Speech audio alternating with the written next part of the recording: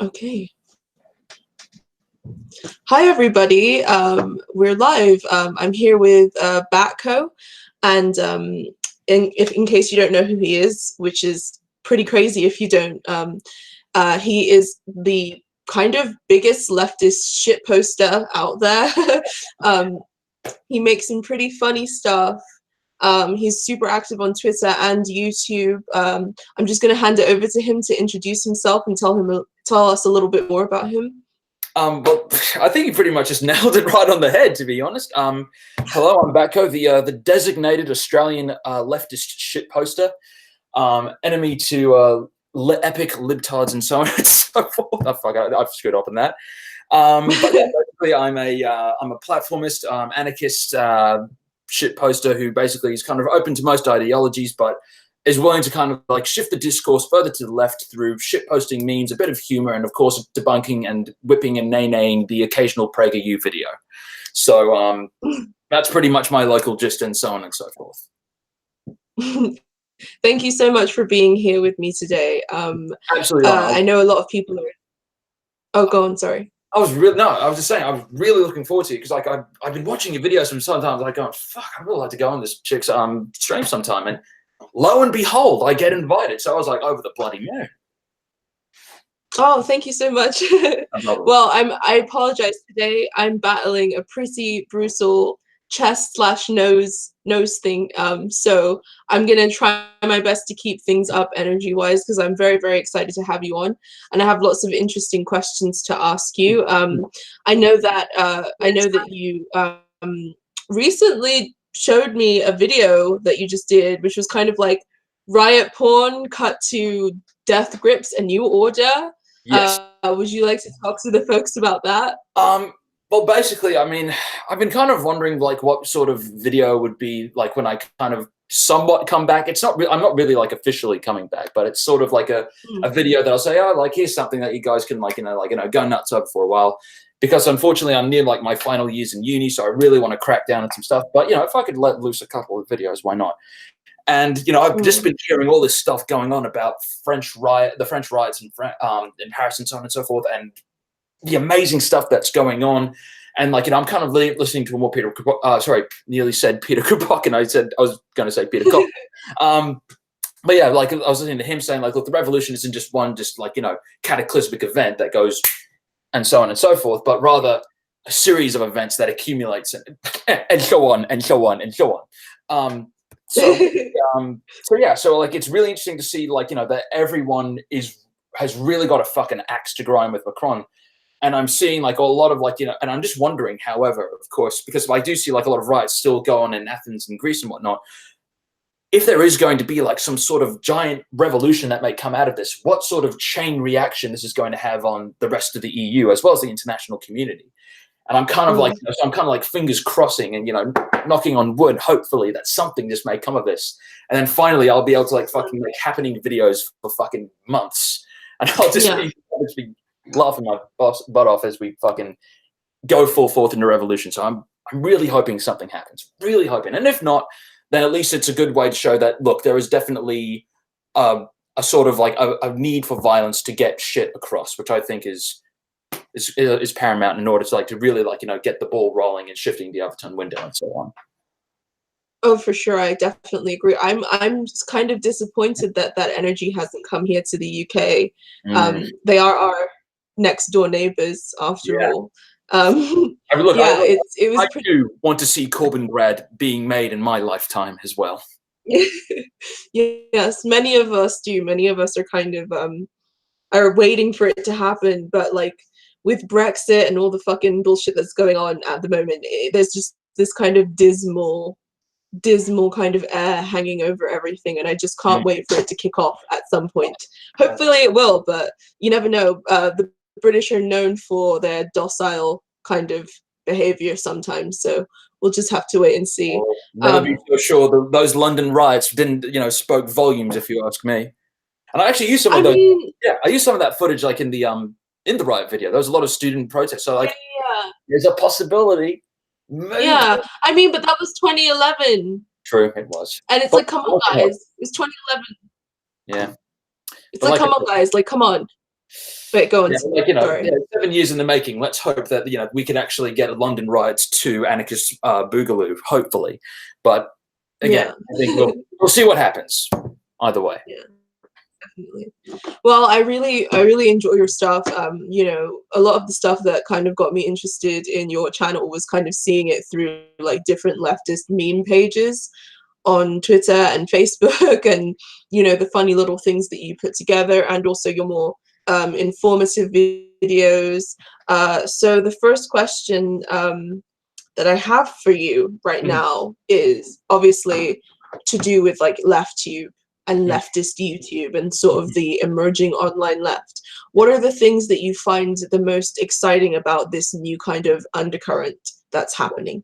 I think what I find exciting about it the most is that it's really strange how, like, you know, a lot of, even though the algorithm is still somewhat stacked against us, what's really interesting is that we are actually seeing a new wave of people who are just so discontent with the same, you know, wrecked feminist compilation number 1488 being pegged down their fucking throats. And they're looking for something, they're looking for something that actually, you know, from the other side, because they're sick and tired of going, oh, look, the feminist and the cultural Marxist, oh, this black furry gay person said something, you know, about, you know, this and this gamer thing and yada, yada, yada, yada, yada, yada, yada, and so on and so on.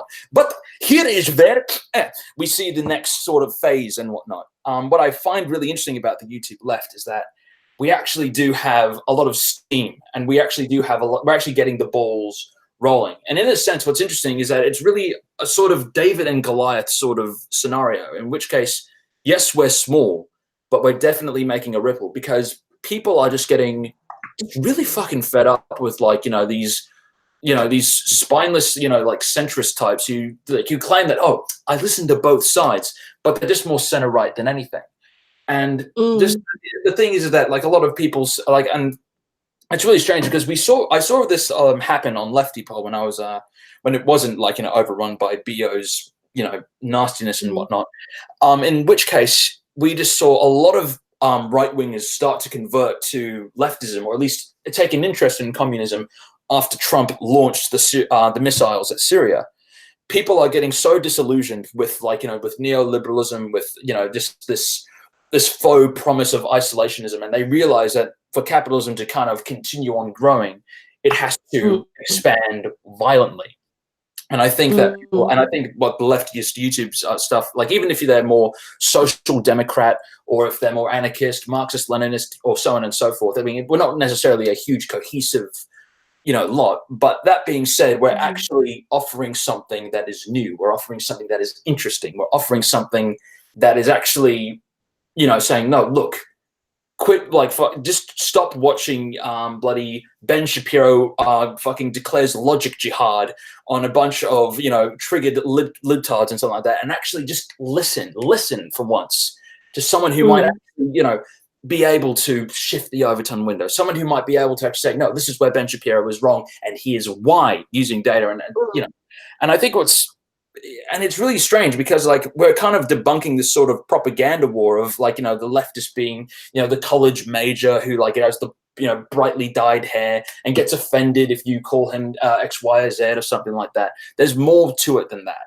And I think that people are starting to just kind of wake up and go, yeah, fucking like, you know, Gamergate was fucking shit. Why did I even bother becoming a reactionary in the first place, or something like that? And I think that's what the leftist YouTube stuff is really going for. It's that that new, it's something that's new and it's fresh and it has something for everyone, and so on and so forth.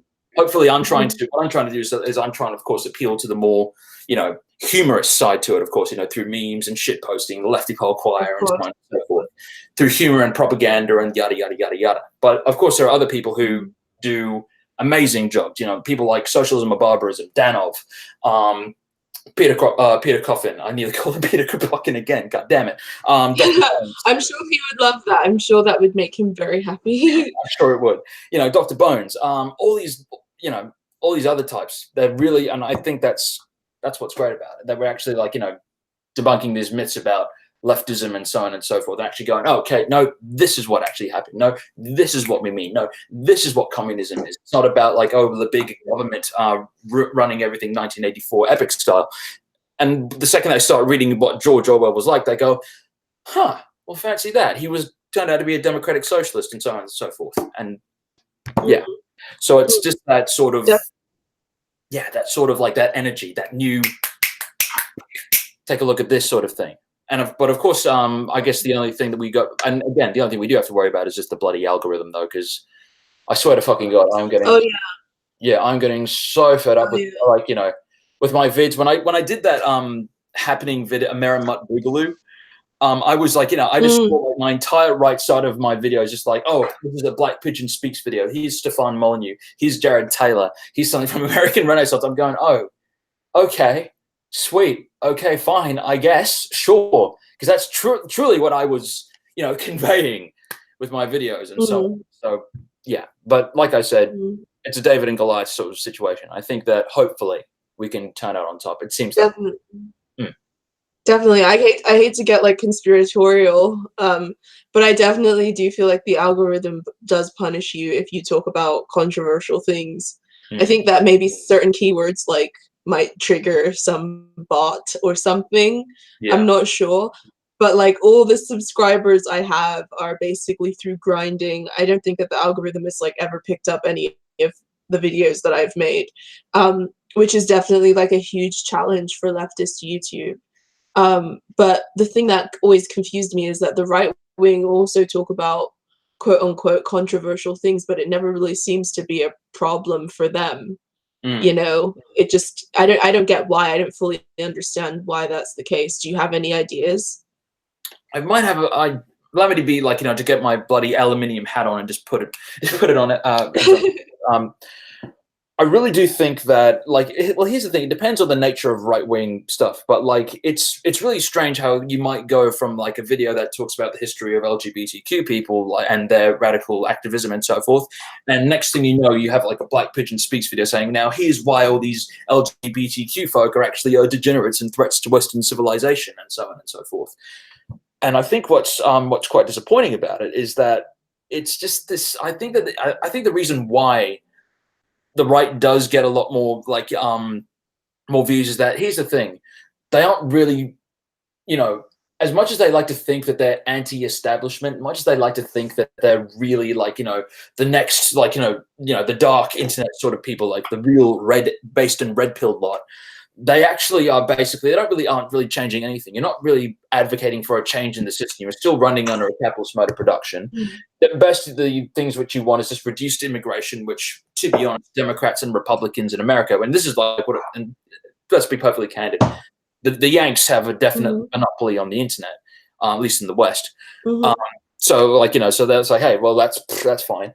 Then of course there's just like, you know, then there's the whole sort of linked to like, you know, triggered liberals getting their,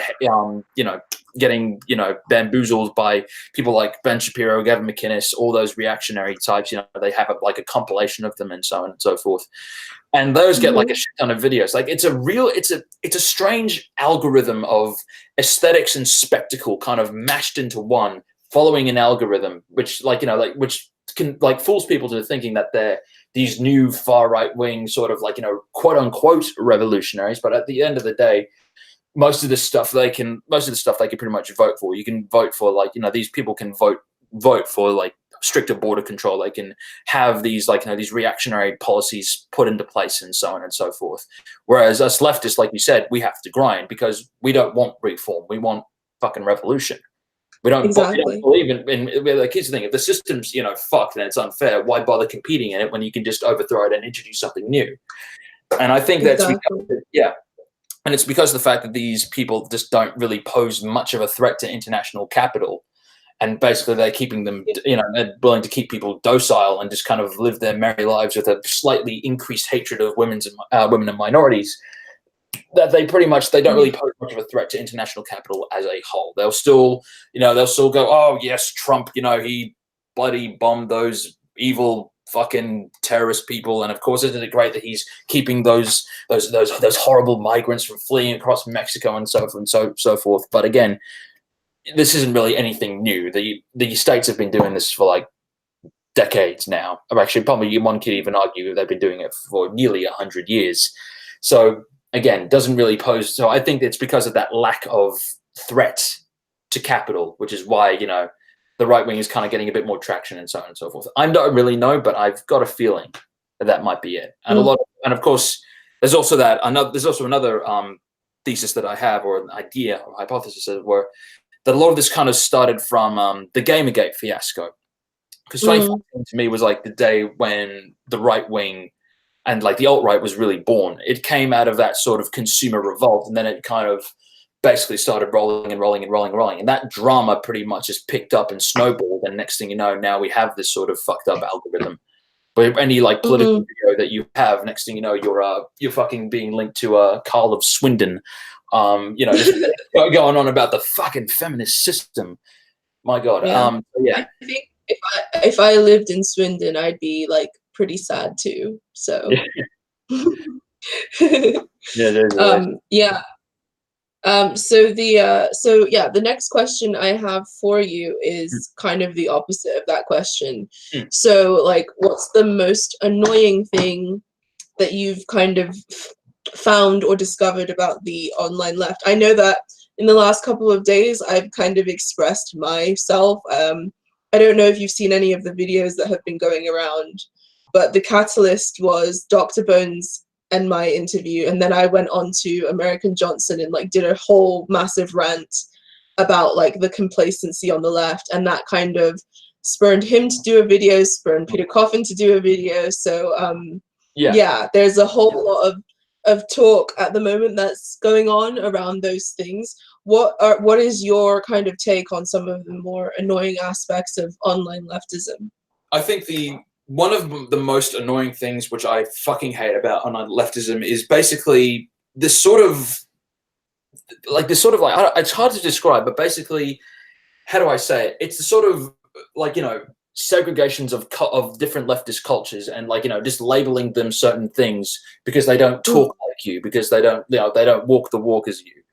I really saw this, like, you know, I've been seeing this like with like during the lefty polar drama with Reddit, because they said, oh, you know, because Catgirl Draw Girl, who's this amazing comic book artist who drew the Catgirl political cartoons, she was pretty much exiled from r/socialism because she associated with lefty pol.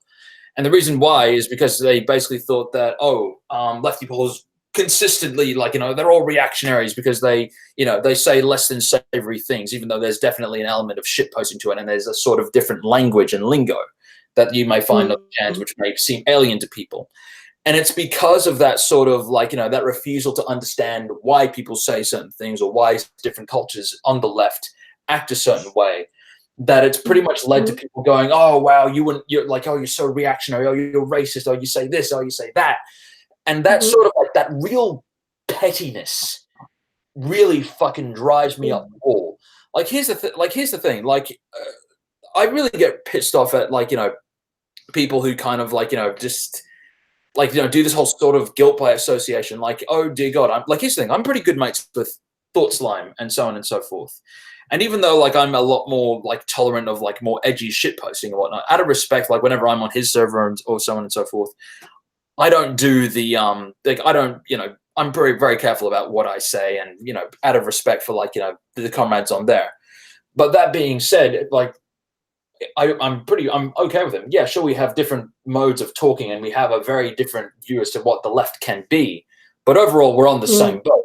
We're sharing the same fight. We're both anarchists, and, you know, to say that we're going to have to, like, everyone's going to have like the ideal revolution or the ideal vanguard or the ideal sort of leftist, you know, fighter and whatnot is completely just, you know, it's completely bullshit. It's that sort, and yeah, it's that sort of like kind of call out culture, that sort of just that toxic, you know, how do I say it? That toxic sort of just separation or lack of communication or lack of understanding different people's lingo and whatnot. That really just drives me up the wall. And it's, you know, like, you know, for example, there was this one time when I was on, there was this one time, people just being like whiny bitches about like silly shit. Like, like, oh dear God, somebody said this, somebody said cunt. My God, we have to fucking shut down everything. This person is a sexist. This person is a thing. It's like, oh, he's a reactionary.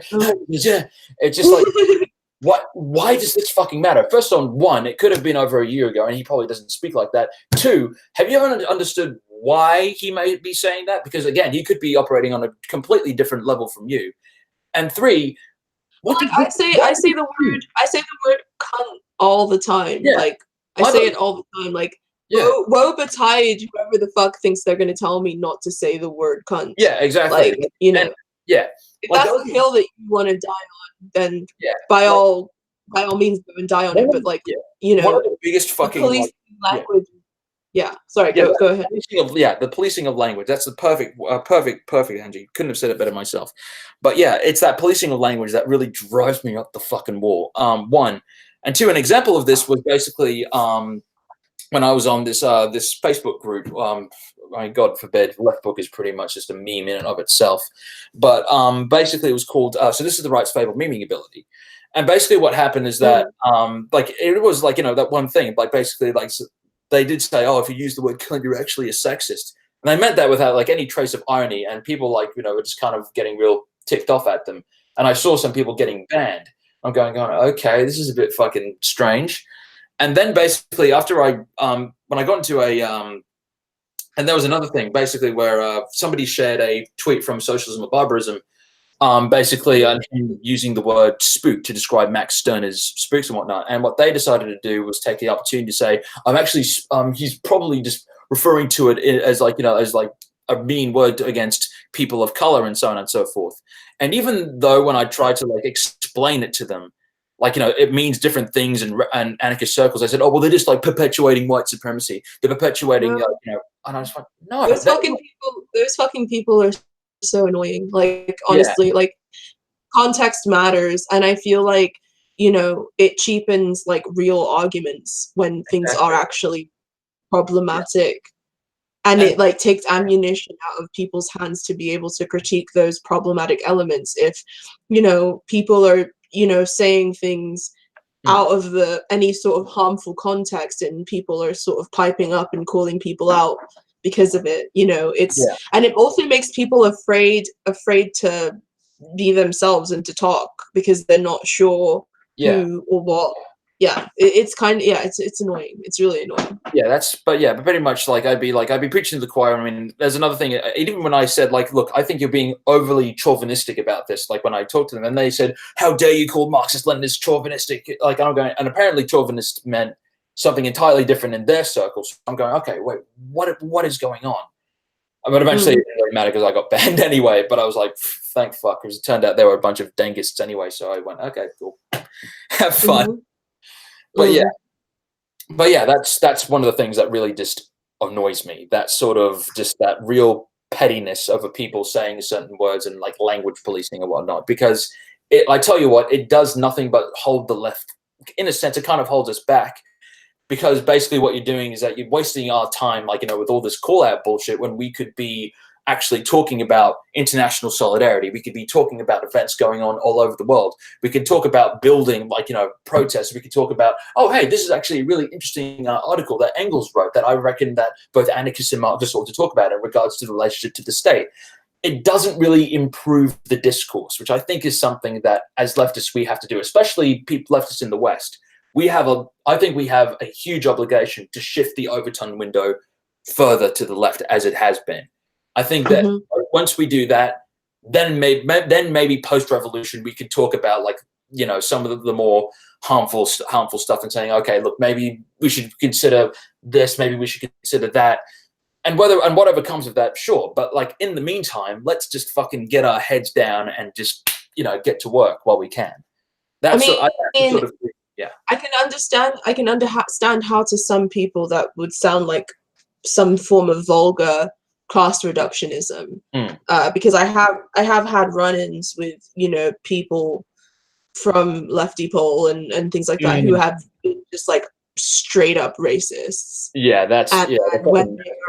Jesus Christ. When you talk to them about it, you know, and I'm a leftist. I'm not a liberal. I'm not really a fan of liberal identity politics, but, you know, obviously there are elements that need to be discussed on the left when it comes to things like feminism, racism, all of those things are still very important issues. And we're not going to be able to create any sort of meaningful solidarity if we just push those things aside. But there is an element, because, you know, I enjoy edgy humor. You know, I'm not somebody who is super into policing people's language, but at the same time, there are blatantly insidious areas, especially because I know you mentioned towards the beginning some people who just kind of came right from the right wing to the left because Trump did X, blah, blah, blah. Yeah. There's a lot that they still need to sort of unlearn and confront. Yeah, and I think that a lot of those bad behaviors sometimes transition into this sort of vulgar class reductionism that we see, which is why people are a little bit wary of those circles. What do you have to say about that? Actually, to be honest, I could pretty much 100% agree with that.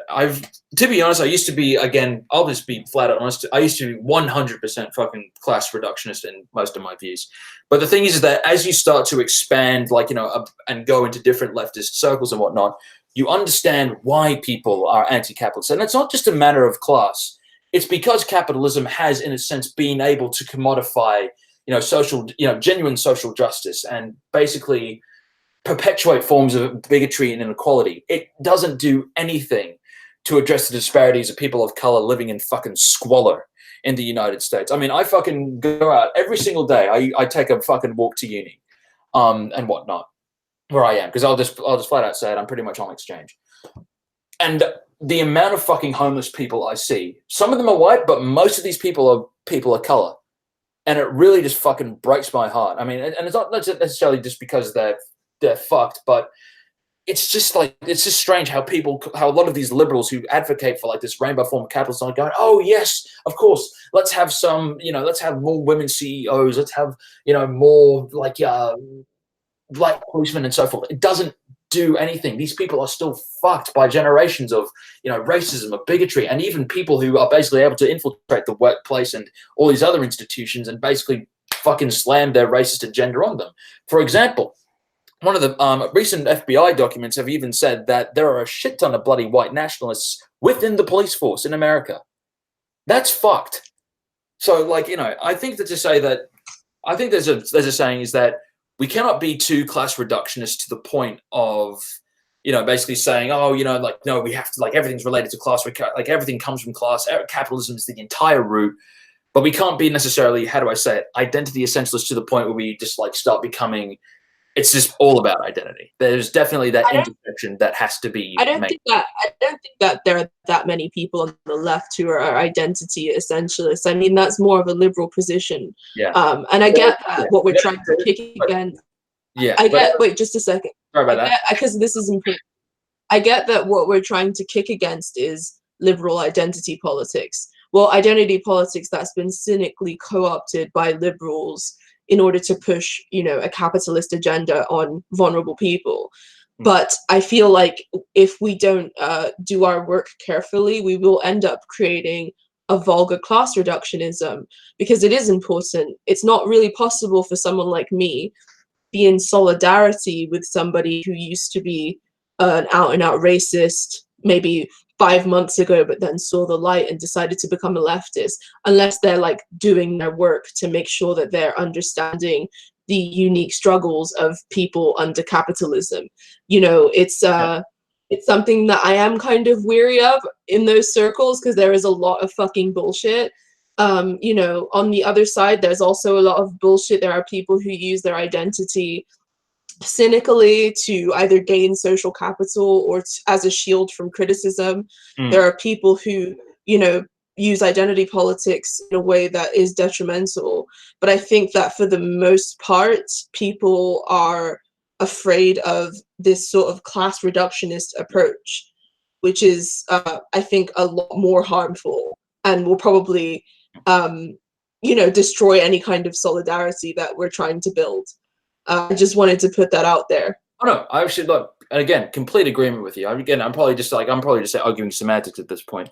But yeah, I think it's just the but yeah, like again, like the people who just like say, oh, like, you know, like, oh, I hate when trans people bring up their issues in the local, like, you know, like center. I'm going, no, they have a fucking right to, because they do have their own, again, as you said, their own, like, you know, unique form of repression under capitalism. And this could be born out of, you know, the spectacle. It could be born out of, like, you know, basically people refusing to hire certain people in their workplace and the like, and workplace discrimination, sexual harassment, yada, yada, yada.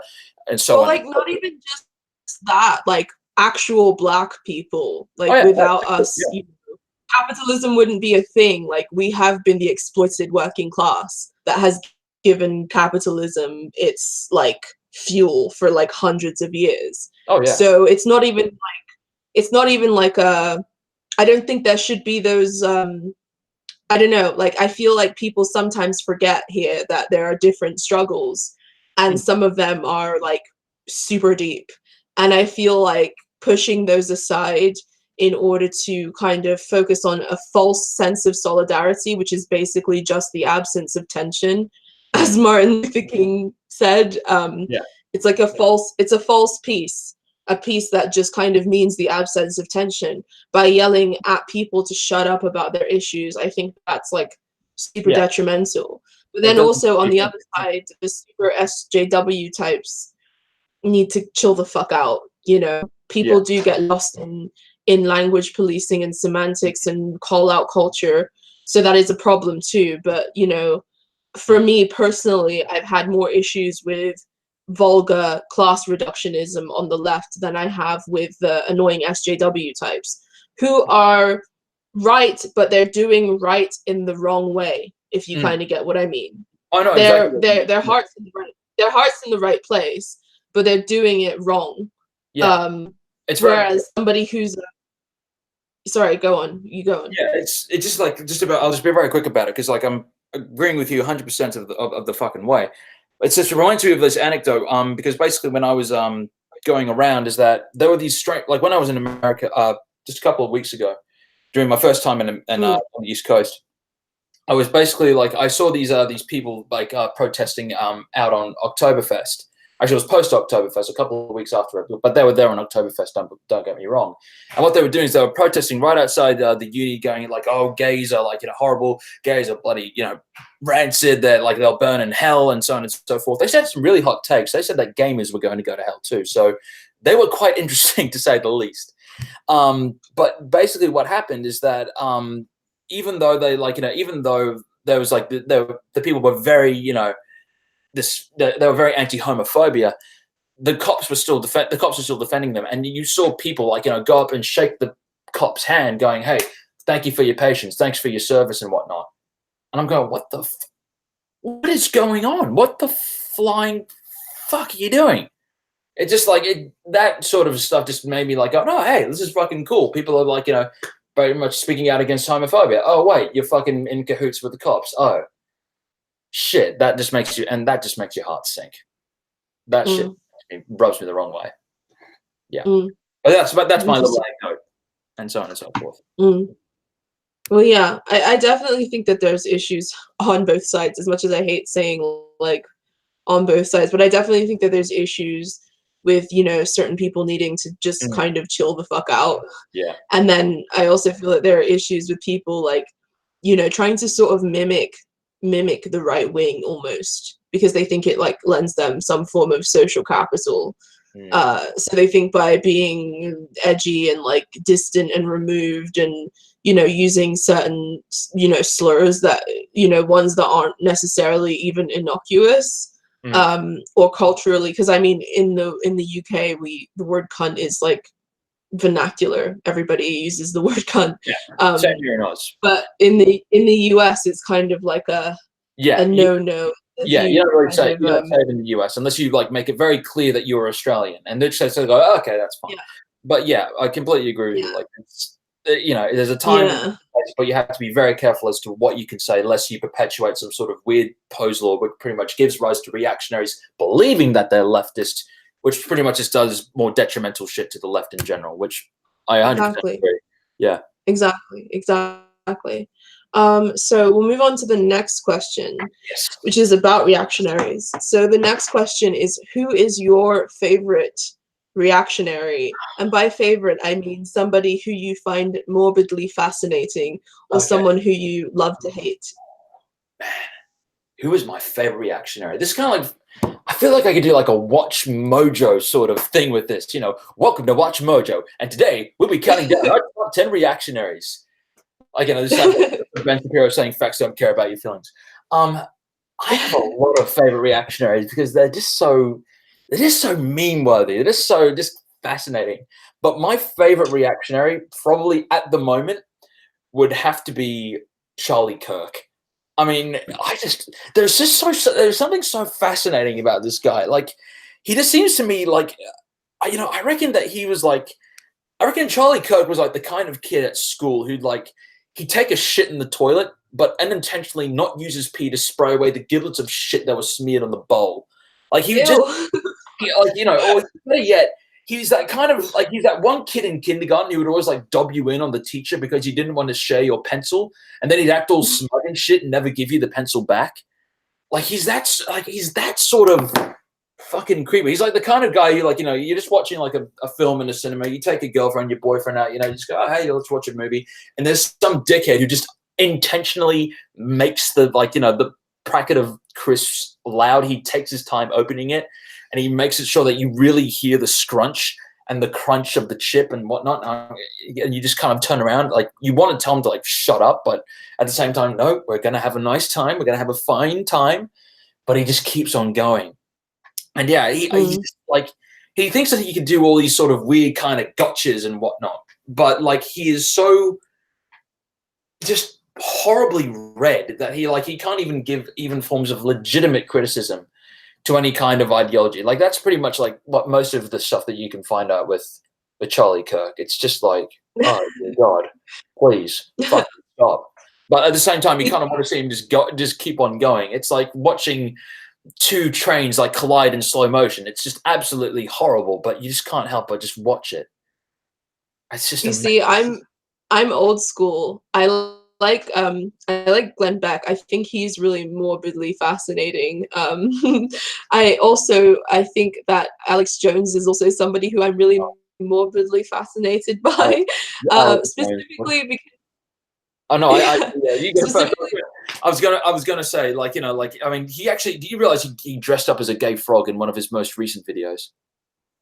No, I thought he was like done and dusted. I'm surprised he's still. He's still going with it. He's Oh my God. Man. Yeah.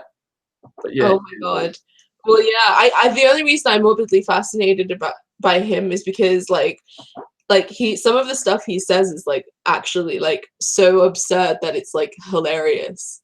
Like, there are times where I sit and like watch clips and just like laugh my head off. Like, I don't know, and that's the thing. The other thing that fascinates me about him is that I don't know if he's cynical or not.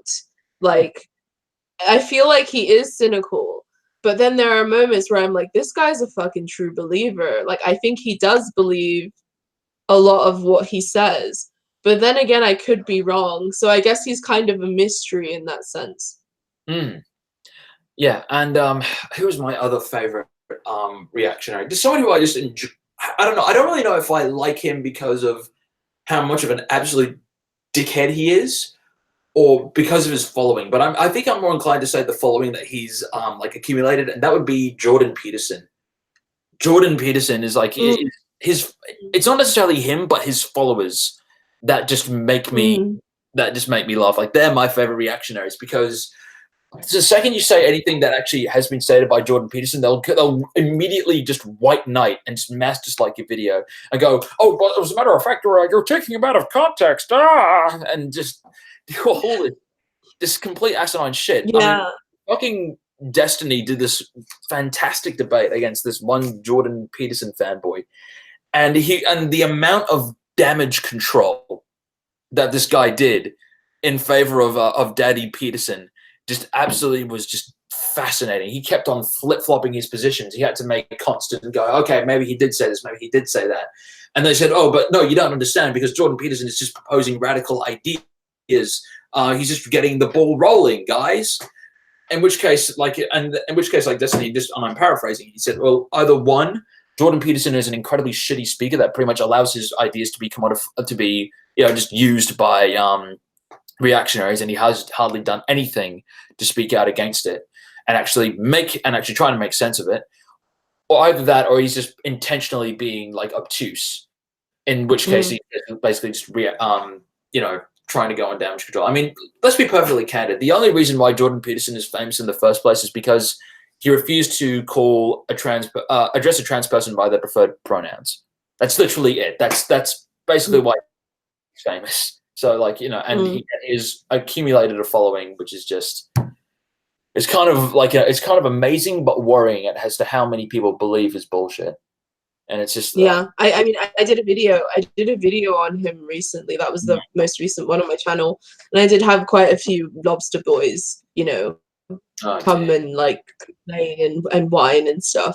But the thing that I feel kind of sorry for them. That's the thing, because they're usually quite earnest, which is, I guess, cute. It's like a little bit adorable, and they're also like obviously people who are like a little bit like sad as well. So I tend to not like go to like destroy them. They're not like your typical like alt-right troll that just comes straight in with like the slurs and the insults. They're usually quite like they're like, they have more of a whiny kind of demeanor or whatever. So I tend not to try and like go in with like guns blazing or whatever. But yeah, I had a run-in with a few of them on my last video, but a lot less than I was expecting, which I guess was a pleasant surprise. Yeah, I think I couldn't agree more. But like, I mean, speaking of like alt-right wing people who just kind of go off, even it's not even always just like the favorite reactionaries who are big in the things, but sometimes their followers are just as meme worthy. Like, for example, just before this chat began, half an hour ago, I was just in one of the Discords, right? And they're basically, a couple of communists were debating a libertarian. And he basically, everyone was just taking the piss out of him because he was trying to say a lot of stuff. And then he just started saying like these weird sort of death threats. Like, he called me the N-word. He basically then he threatened to shoot us all with an AR-15. Oh my god! Yeah, and at this point, we're saying, "Well, buddy, like save it for your high school, why don't you?" So it was just like, it's just so strange how how these people claim to be like these really, these beacons of facts and rationality and logic, but they will go into the biggest fucking meltdown the second they get the opportunity that they have. Like, it's just, I don't know. There has to be some sort of word for it where you kind of you claim to be one thing, but basically you completely act another way. It's a sort of strange sort of hypocrisy. But either way, it's bizarre, but it's wonderful yet horrible to see and endure. I mean, he was not light on with his slurs. I tell you what, it was. Oh my god. Yeah. Oh my god. So the next question I have for you is. You go first. I'm sorry. I was just going to say something that when I revealed that I was part Greek, he started calling me a wop and a whatnot. That was fun. Jesus Christ. Yeah. That's not right. Yeah, so the next question I have for you, I would like to ask you to talk a little bit about parody and satire and how relevant you think these things are in leftist discourse. So I guess it's kind of going back to the first question in a way. So yeah, would you like to talk a little bit about that?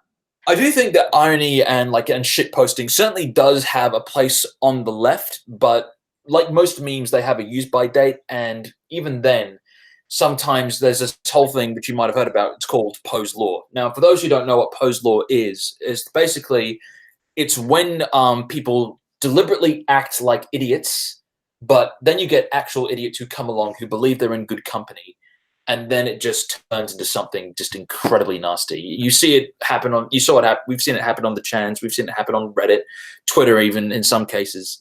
But one of the biggest examples of this was the Nazbol meme. Now, the Nazbol meme was pretty much it was really treated as a sort of irony at first, because nobody could conceive the fact that you'd have, Marxist Leninism, mesh with Hitlerist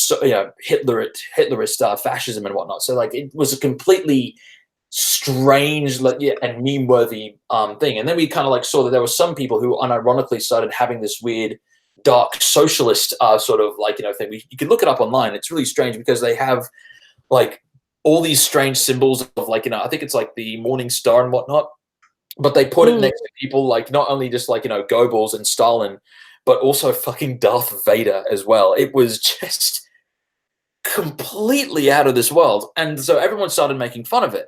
But the problem was that the more like the Nazbol meme took off, people actually started to become Nazbol. And I think that if you are going to be like introducing sort of this ironic shit posting to the left, you have to make it clear that it is ironic to begin with, first and foremost, but also that you can't necessarily let that pose law gestate. Like you have to be so careful about that because it got so bad that that Lefty Poll eventually just had to like get rid of Nazbols. Like they got rid of the flag for the Nazbol. They got fucking even a Nazbol joke would get you fucking banned for a day. Like it was that intense of a fucking crackdown. I can't really blame them because I got to tell you, the Nazbols were fucking annoying.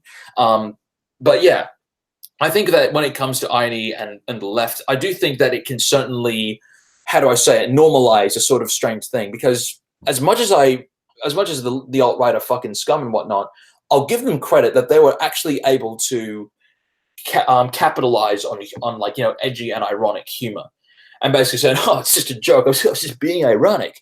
It's that sort of like that sort of edginess, that sort of like that sort of strange little like that little thing that like of being like somewhat of a bit of a dickhead, but like like I'm just joking about it. That people like go, oh, he's just having a joke, he's having a laugh, it's nothing serious. But the thing is that you repeat the same joke enough, eventually people are going to actually, again, succumb to the whole sort of posed law thing. So if there is going to be like irony amongst the left, we have to be very careful as to what we choose to be quote unquote ironic about. Like it has to be a concept that is so ridiculous that you can tell that people are being fucking ironic about it. For example, one of the latest trends amongst left Twitter, as it were, a trend which I believe that yours truly, I take credit for in some case, was the Great Gamer Genocide of 2014, like Genocide Gamers, the tweet. You might have seen them going around and whatnot. Like it's a completely stupid, asinine concept, yet it does at least actually kind of address that there is definitely a shit ton of reactionaries within the gaming community. It addresses that, look, the whole gaming industry is just corrupt as hell. People are basically buying full price for games that aren't even incomplete. I mean, look at the recent Fallout 76 game. Like, costs about what? How much? Like $68, $78 US, and yet it's not even complete. It's filled with glitches. You can't even go to interact with any NPCs, and you can't even like have any interactive gameplay. It's a completely, and yet people are willing to pay right through the nose for it. And yet none of them are the wiser, saying, oh, hey, there might be something up with this economic system, which pretty much like, robs me of my, of any genuine entertainment that I have. And then, of course, like, and it even like, addresses this whole thing of the spectacle that we basically said, oh, if you get this game, you really be entertained. You're going to have a lot of fun. You could buy it at full price right now. But, I really don't see why you should when you can, like, wait for a couple of years and play older games, which are just as good, if not better, and still have fun with them. Like it's that whole like sort of gamer genocide thing really actually kind of highlights an entire sort of like problem with gaming culture, with the spectacle, with like this sort of this really bastardized entertainment industry where people are like have to meet corporate agendas and get this game published out in a certain time frame, else they lose their jobs and their project gets shut down and so on. And that's sort of like, so I do think that, yes, we can use irony to definitely talk about relevant issues and so on and so forth, but we just have to be very careful as to what we're being ironic about, which is what I would say. I think that with the right wing, it was just kind of a cheap, easy trick. Because I think that in a way, the way that irony is kind of used in our culture these days is just kind of like playing with our own shit, if you know what I mean. I think that I'm really interested in meta modernism, which is something that Peter Coffin introduced me to. So it's kind of the idea that like postmodern thought kind of deconstructed everything, which is good because obviously it deconstructed a lot of like oppressive structures, but now we're kind of in a place where we're left with nothing. So metamodernism is about reconstructing things, and also while still also rejecting the, you know, big modern kind of meta narratives at the same time, but it's about kind of creating new forms, which I think is a super interesting like thought model, I guess. I guess for me, I'm not like, I think irony is like a tool, just like anything else. I don't think it's inherently like good or bad or anything like that, but I think that on the left, I don't think it works that well. That's just the truth. There are some areas where it does work well, but I think that we're pretty sincere about a lot of the things that we are saying in terms of the things that we want to change and the things that we see are wrong in the world. I think that we're fairly sincere about, you know, the things that we're saying. And I think that trying to come across as sort of 1 foot removed from it all in this sort of aloof way is a little bit jarring and confusing for people. But you know, it's interesting. It's interesting. It's something that I'm kind of thinking about myself.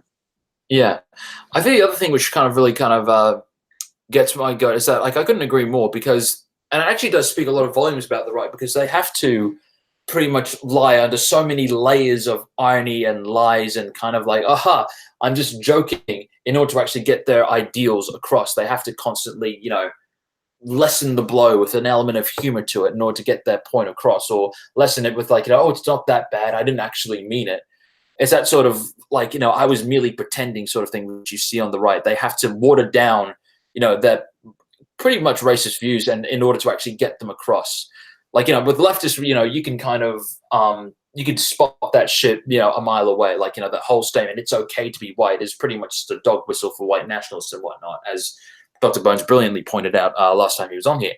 But like, you know, but at the same time though, is that they have to, again, they have to kind of constantly water it down. They have to constantly just, you know, just like basically like, you know, make excuses. And to the untrained eye, they'll like, you know, it's kind of like one of those liberals who say, no, we have to have our debate. No, you know, I'm not sure they didn't really mean that. I'm sure they're just, okay, you know, people are like, you know, find people on both sides, that sort of bullshit, you know, which just.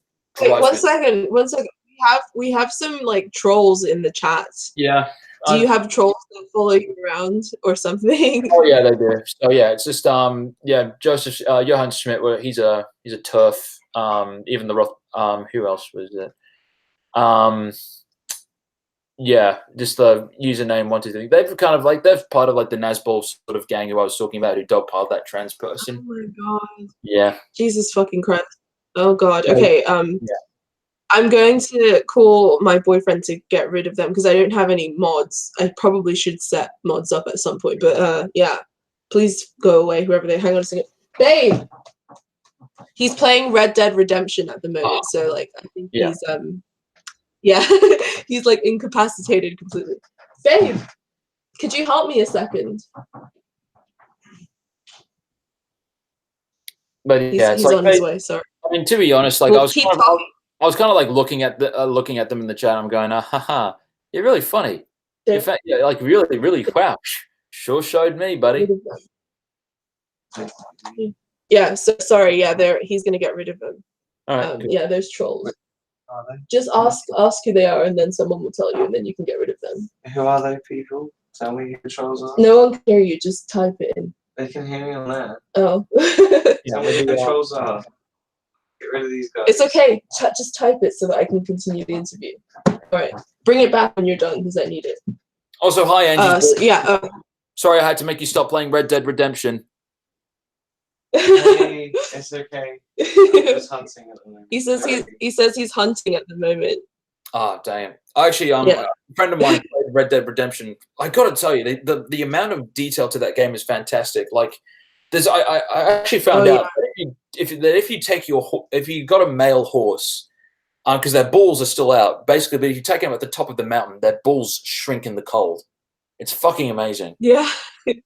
Yeah, you can see the horses like shitting as well. It's so because I watch him while he plays, and it's like it's really graphically like insane.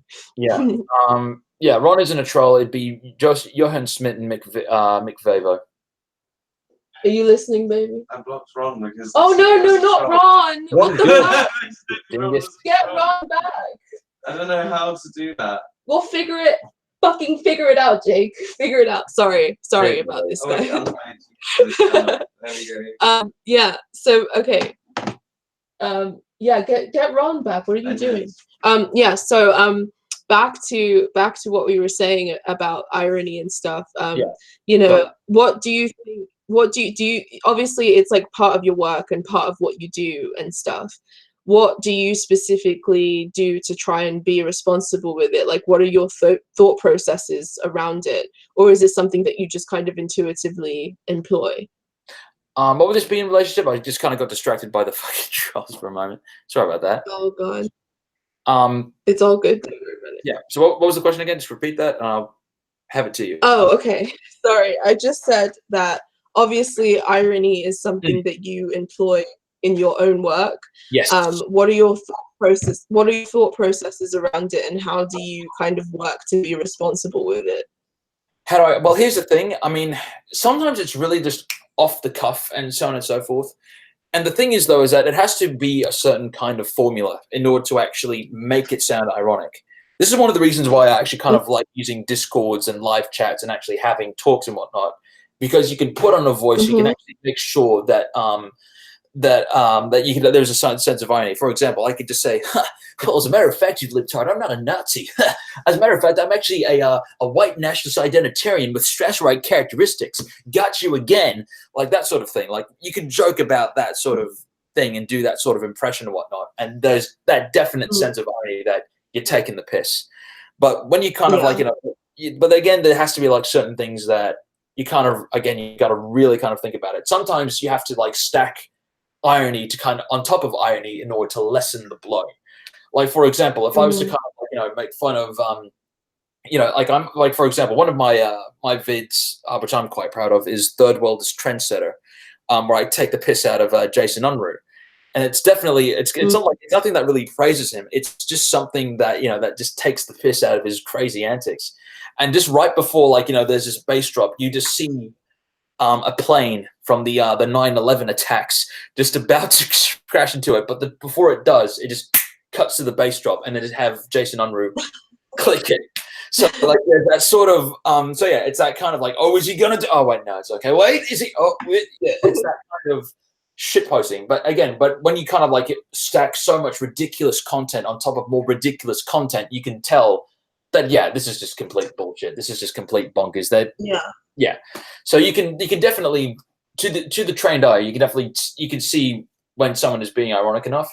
But again, it's also a matter of when and where you can do it, because it's also just a matter of timing. Like again, one of the greatest, even though I would consider the Nazbol party anthem to be definitely ironic, I pretty much wound up deleting it from my channel because I just did not want people constantly spewing out Nazbol, even though it was stacked on top of layers of irony from Tony Blair is Nazbol, Robbie Rotten from Lazy Town is Nazbol, the post artists Crypto Nazbols, bloody Thomas the Tank Engine is actually Nazbol, the bananas in pajamas are fucking Nazbol. That sort of when it stacks on top of each other, when it's true that you're really taking the piss, you can actually see, oh, okay, this is okay. But you have to make sure that in order for the irony to be conveyed, it's not just like one ironic joke and then that's it, cut to thing. How do I say it? What's an example of this? Is it like Sonia talked about editing techniques, and basically it was and I even saw this on a Filthy Frank video, and even I was kind of going, oh, that's a bit of a stupid joke. Where he kind of joked about look, I believe in look, I'm willing to believe in fictions to suit other people's needs, and he kind of cuts in a close enough to voice, and he says like the Holocaust. But I'm kind of going, okay, look, I can get you being ironic, but even then, there are some people who are going to say, yeah, nah, that doesn't really suit it well. So again, you kind of have to stack it on top of each other in order to actually make a joke, to actually show that there's definitely an element of taking the piss. Because if you don't, you risk, again, normalizing certain reactionary tendencies, and you get the fucking Nazbols again. It's hot science. It's an art form, you know? It's definitely, yeah. There's a definitely amateurish skill to it that I'm trying to justify in some cases, but like again, you just got to make sure that it's clear that it's a joke, or else you know, it just gets nowhere. Yeah, I mean, yeah, definitely. Like, that's one of the things that I, am excited to see more on the left is like humor, for instance. Like, I mean, there's that kind of stereotype of leftists being browbeaten, humorless people. But I really enjoy humor. I'm not like a super funny person myself, but I really tend to surround myself with funny people, and I'm really like drawn to funny people. I'm not always like, I don't always like agree with certain things that leftist comedy tries to do, but I'm happy to see more and more of it, like people like you, people like Chapo Trap House. I think it's a really big part of like survival and like self-care is like being able to laugh.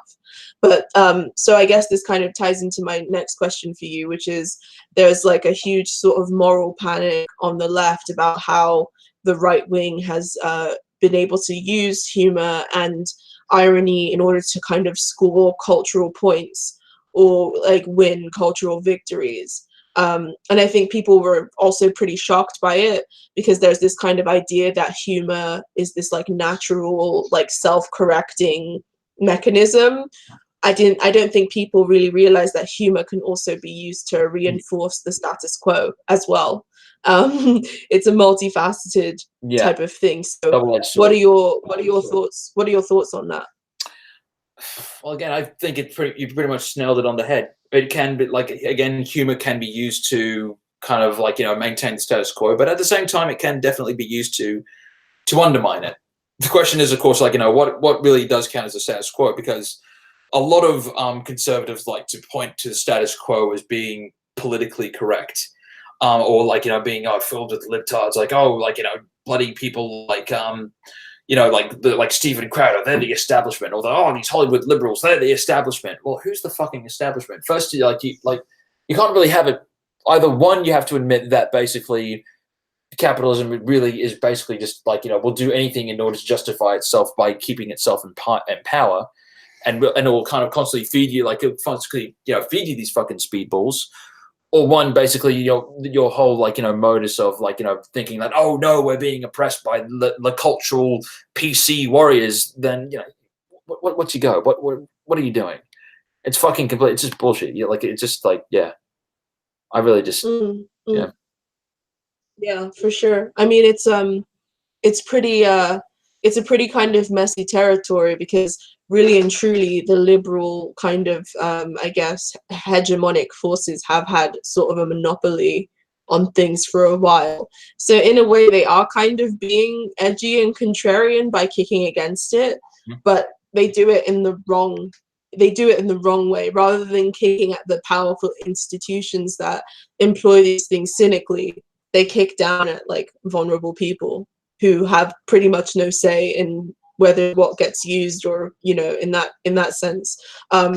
So that sort of feeds into my next question for you is like, how do you think that the left can, employ these tools responsibly?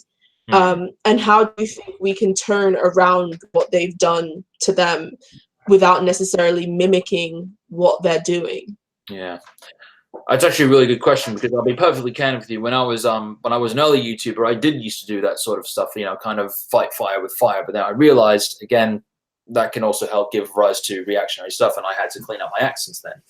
So I've had to really do a lot of thinking about that. I do think that one of the things you can do is really just find your own footing, find your own kind of way that basically you kind of like, you got to do like a kind of your own little mass line of leftist memes, because the stage has been set. There is a smorgasbord of history that you can draw upon. There's a whole lots of theory you can draw upon. There's whole sense of like, you know, you can even just analyze, you know, like, you know, the crazy antics from people from Esoteric Entity to Mr. Dapper and to, like, you know, to Carl of Swindon. You can look at all these, you know, their strange fucking antics and meme them into oblivion. And you can definitely make fun of your political opponents and whatnot because of the outrageous stuff when you say.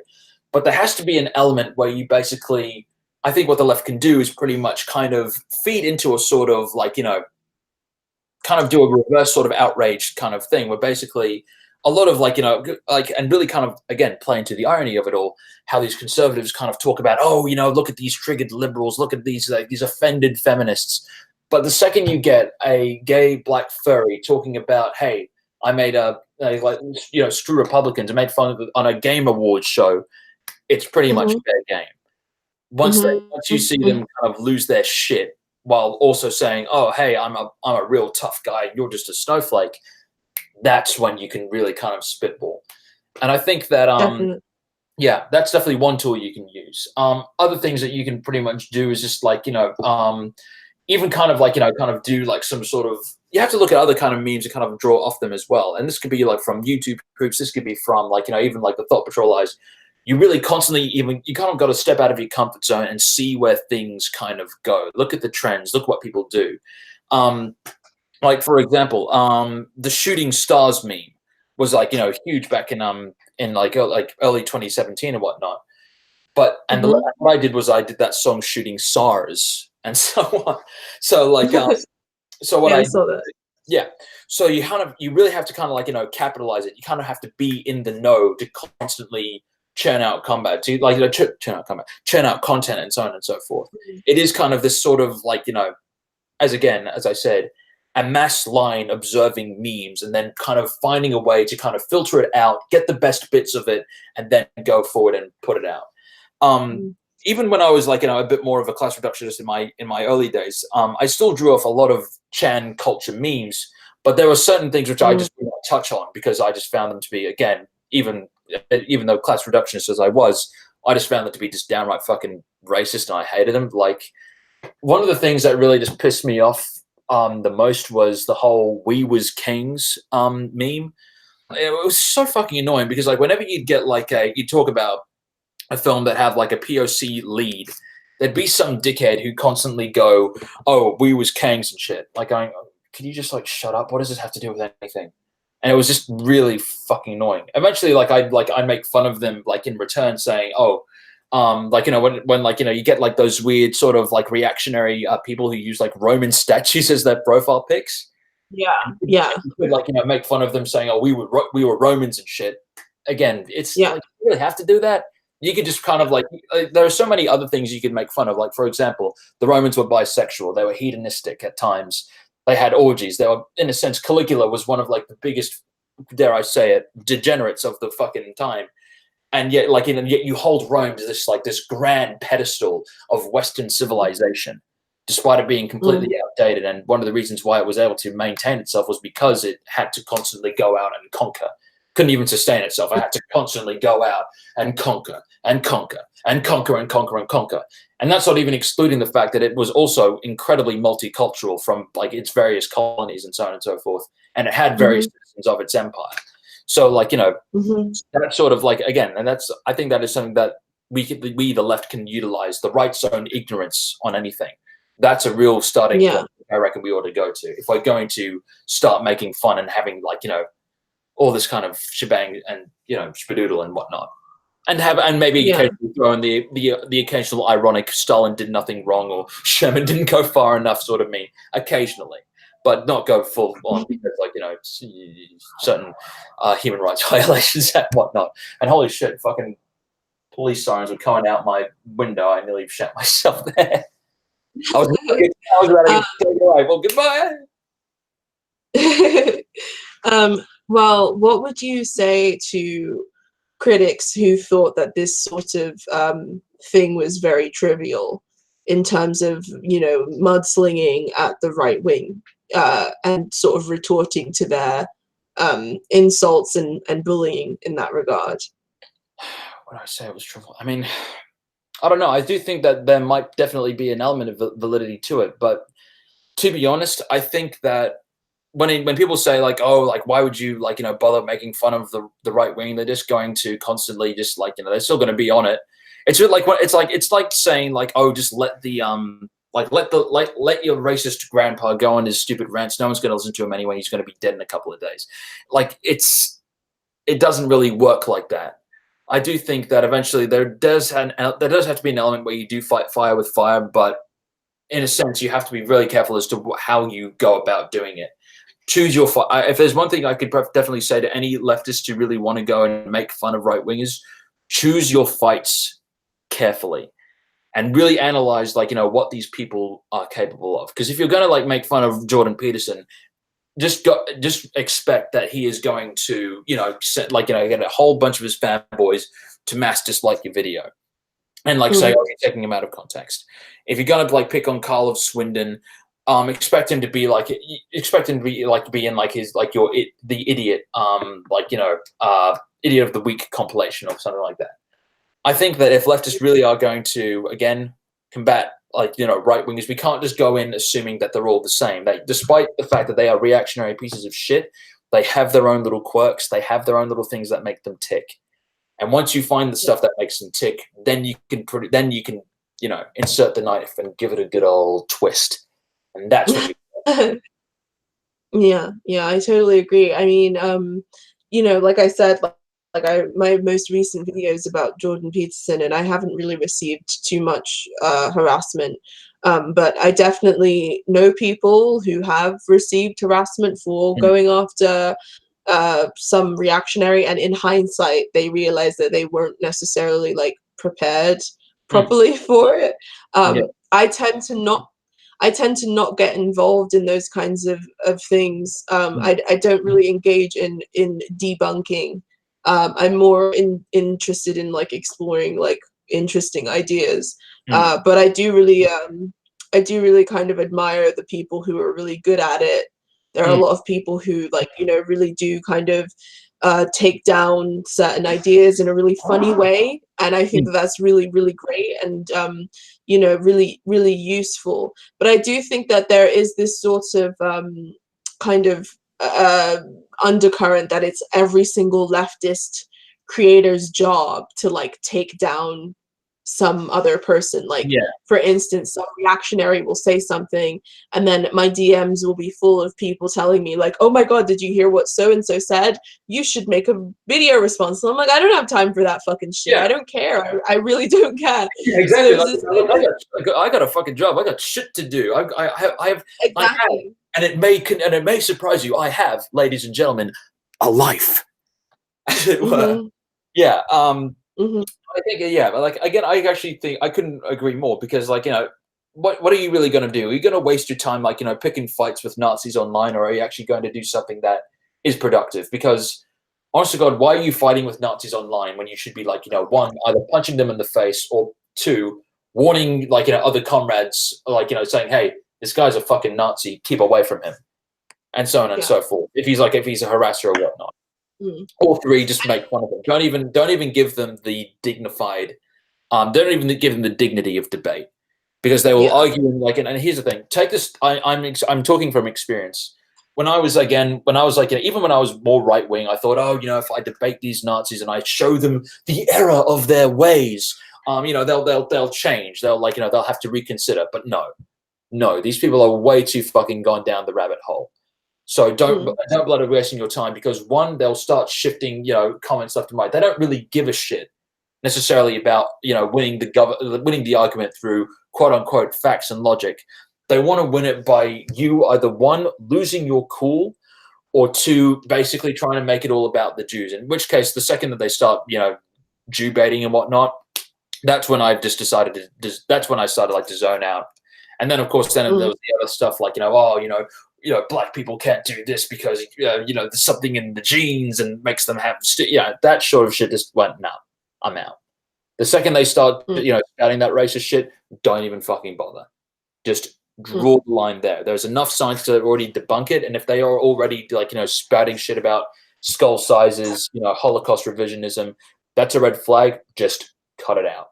Just stop right there. Do not even bother, because I guarantee you, even if you were able to give them every single source that may debunk their racist view, they will still find a way to try and push your buttons. At that point, it's no longer a game about about who's right or who's wrong. It's a game about who gets mad first. For sure. I mean, it's kind of a thing. I think it's more just like the kind of libidinal pleasure that people on the left get from seeing somebody they don't like get taken down.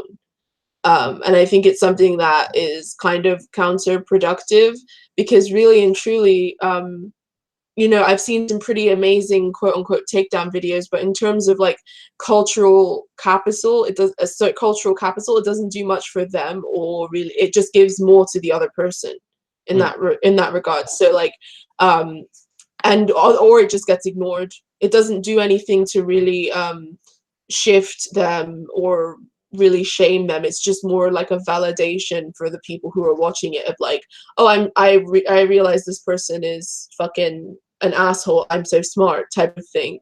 Which is why I tend not to engage in it when I can help it. It's kind of more just the fact that I'm a little bit kind of annoyed with how the left reacts to these kinds of things, and how, it's less about, hey, let's explore some interesting ideas. Hey, let's kind of have dialogues about things. It's more like, oh, I want to watch this person that I really don't like get like taken down, or like, they want to see people. A lot of people want to see people on the left like kind of mimicking those anti-SJW caveats, which is really, I'm like, shouldn't we be doing something different and more productive? Like, why are we mimicking their behavior? It's like, I mean, look, it's fine and all to kind of like see them like, pretty much go like, to be made fun of and whatnot. But to be honest, again, I couldn't agree more. And that's one of the great things about the left and the new leftist YouTube, in the sense that they actually address a problem and at least try to offer a solution. They don't always go on about going, oh, this person said that, this person said that. That might be a subject from time to time, but it isn't their overall focus. And I couldn't agree more that we definitely have to like, just like, actually open yourself. Like, for example, I never knew shit about like, witchcraft and its relationship to the left until I came across your video on it. And I was just like, oh shit, this is some really interesting stuff. I never thought of it like that. So yeah. Oh, thank you. I'm glad to have been of service in that regard. And another thing, which who was another guy who came across, cock philosophy. For the longest time, I thought that postmodernist stuff like was one of the like the foundational blocks of liberal identity politics. But after he explained it in his his video against Jordan Peterson, I was like, oh shit, I did not know that. That's actually really good. Thanks for letting me know. So yeah, I think that if you are going to, in a sense, like debunk these claims, you should still at least be informative as to what's going on. Like when I did that collaboration video with Danov against Joseph Klein, which talked about like, oh, communism killed my 100,000 bazillion people. We kind of had to go, well, no, this is what communism did do. The numbers have definitely been exaggerated, and there's also been a lot of good stuff that has come out of communism, even if they didn't really achieve it fully. Like, there's a lot of lies told about it, and it's not all just about the Soviet Union and Marxist-Leninism and so on and so forth. There's different forms of it, from anarcho-communism, Luxemburgism, councilism, and so on and so forth. So yeah. For sure. So we will shift the topic now to something a little bit more inflammatory. I wanted to ask what your thoughts on liberals are. I'll go last. Well, here's the thing. I mean, this is the great thing, which I kind of like about these long interviews and whatnot, is that they kind of take out, like, they make you feel calm. They make you feel like, oh, I feel much more better. I could be a bit more cohesive and so on. Because if you asked me at this, like, from the first go, I would have just gone, just launched into it. But the funny thing is that, but because we've been having this great fucking conversation and whatnot, I am in pretty much full agreement that, like, look, they are so close to addressing some of the great problems. Like, like I've I've talked to, like, you know, people, like, you know, of different, you know, various different liberals of various different shades. You know, be they, you know, white liberals, black liberals, and so on and so forth. And they're really able to, like, to point out, like, no, this is, like, you know, these are definitely problems that we have in this country, and so on and so forth. But the problem, and you say, okay, good, they actually have the solution to the problem. Okay, what's your solution? And I said, oh, well, let's just vote for this person and let's just see how it goes.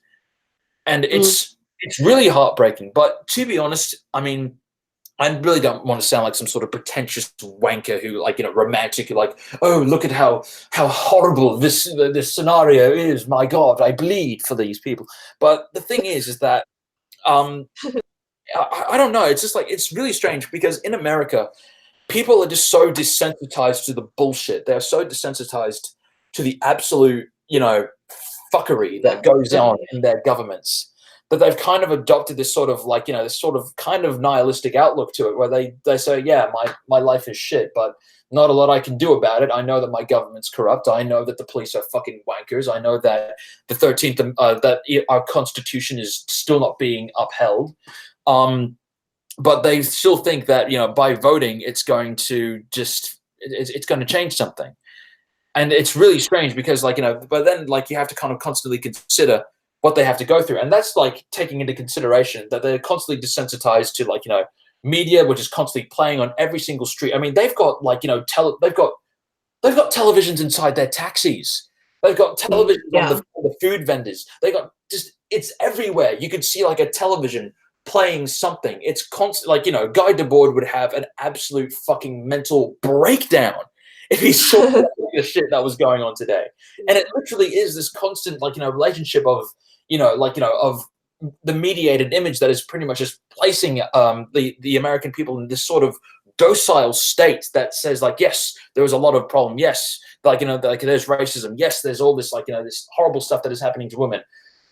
But it doesn't go any further than that. They still think that this system is okay. Just, you know, slap a woman president on the face of the White House, and hey, we're good, we're fine. Yeah, that's it. Yeah. Or better yet, oh hey, you know, let's just have some people from the Black Lives Matter movement start showing for private property and all this other stuff, like, and start, like, promoting black billionaires and the like. And I'm going, have you completely forgotten about the thousands of, you know, black people who are living in destitute fucking poverty? Wait. I gotta stop you there, because you have to understand there's a big difference between white liberals and black liberals. I know, I'm talking more about white liberals in this context. I'm not talking about But you did mention black liberals, so I'm just gonna clear a couple of things up. You do, like, I'm sure you know that, like, radicalism was pretty violently snuffed out of the black community. Oh yeah, I saw that video. Yeah. You know, like, so, black. So yeah, if I did, like, you know, radicalism. Yeah, there's a certain, because that's the thing is, when I talk about my vitriol towards liberals, you know, I'm specifically talking about white liberals mostly. I'm a little bit more patient with black liberals simply because I know that to be black and to be radical is one of the most dangerous things that you could possibly be on this planet. Yeah. There's a lot, like, white privilege still exists in leftist circles. There's white privilege, you know, when it comes to law enforcement. There's white privilege when it comes to a whole, like, there's a lot of shit that my white comrades can get away with, that if I tried that shit or my brother tried that shit, it would completely devastate and ruin our lives. Yeah. So radicalism is something that the black community has had a really difficult, painful, violent time with. And that's not to say that, you know, black people should just kind of relax into liberalism. But the reason why today there's a lot of black liberals is because the state has actually made sure that that's the case through propaganda, violence, terror, and all of those things. So I just wanted to clear that up so we don't get it twisted. Oh, no, absolutely 100%. Because I was about to go on, like, you know, the whole fucking assassination of Fred Hampton, like the sabotage of the Black Panthers, and so on and so forth. I think those, I'm going to say a bit of an anecdote here, but on my server, there was someone who was talking about, you know, COINTELPRO actually, like, you know, stating false elements of COINTELPRO and, like, you know, secret police. Like, what they'd do is that they'd get secret agents into these radical black movements, and they said, oh, this person's a fucking spy, this guy's a fucking spy, and they'd get rid of them, and they'd completely denude the movement. Like, that's an anecdote, but, like, yeah, I mean, but yeah, like, back to my rant. Yeah, the thing is, just 1 second. Oh, yeah. I just feel like in the more kind of edgy areas of the left, you know, whenever they see some kind of black liberal thing, or they see black people celebrating this kind of liberal thing, they just want their pound of flesh. You know, I don't think a lot of people take the time to really analyze what has happened historically. They're just like, oh, look at these fucking people. Look at what the fuck they're doing. And it's like kind of annoying to me to see the way that people react. Like, if you're going to have patience for any liberals, I think you should have patience for people of color who are in that paradigm. Oh, yeah. Like, because yeah, like, you know, like, everyone was like, you know, like, I did see a couple of leftists, like, you know, chucking a huge fucking hissy fit over Black Panther because Monarch, what are we doing? I'm going, look, dude, it's just a fucking comic book film. Like, what's the most you can do? And, you know, God forbid that there is like, you know, like, for God's sake, fucking, you get, like, you know, who are you to fucking judge? I mean, you've got, like, you know, you've got, like, a US soldier, a billionaire, and a fucking, like, you know, a god who's like the prince of a kingdom in Asgard. But God forbid there's a black monarch, and all of a sudden, holy shit, what the fuck? I hate cape shit now. I hate superhero films now. Like, you know, it's just, you know, God forbid, like, you know, some people, some POC can have, like, someone to at least aspire to, like, to look up to as a superhero. And, you know, for Black Panther to, like, provide that, I think, yeah, there's nothing wrong. I mean, yeah, he is a monarch, but, you know, what am I going to do? Am I going to bitch about Black Panther, or am I going to? Black Panther wasn't a great film. I didn't like the film either. Like, you know, it's pretty, you know, it's obvious that it's propaganda for, you know, this idea of, I call it woke washing.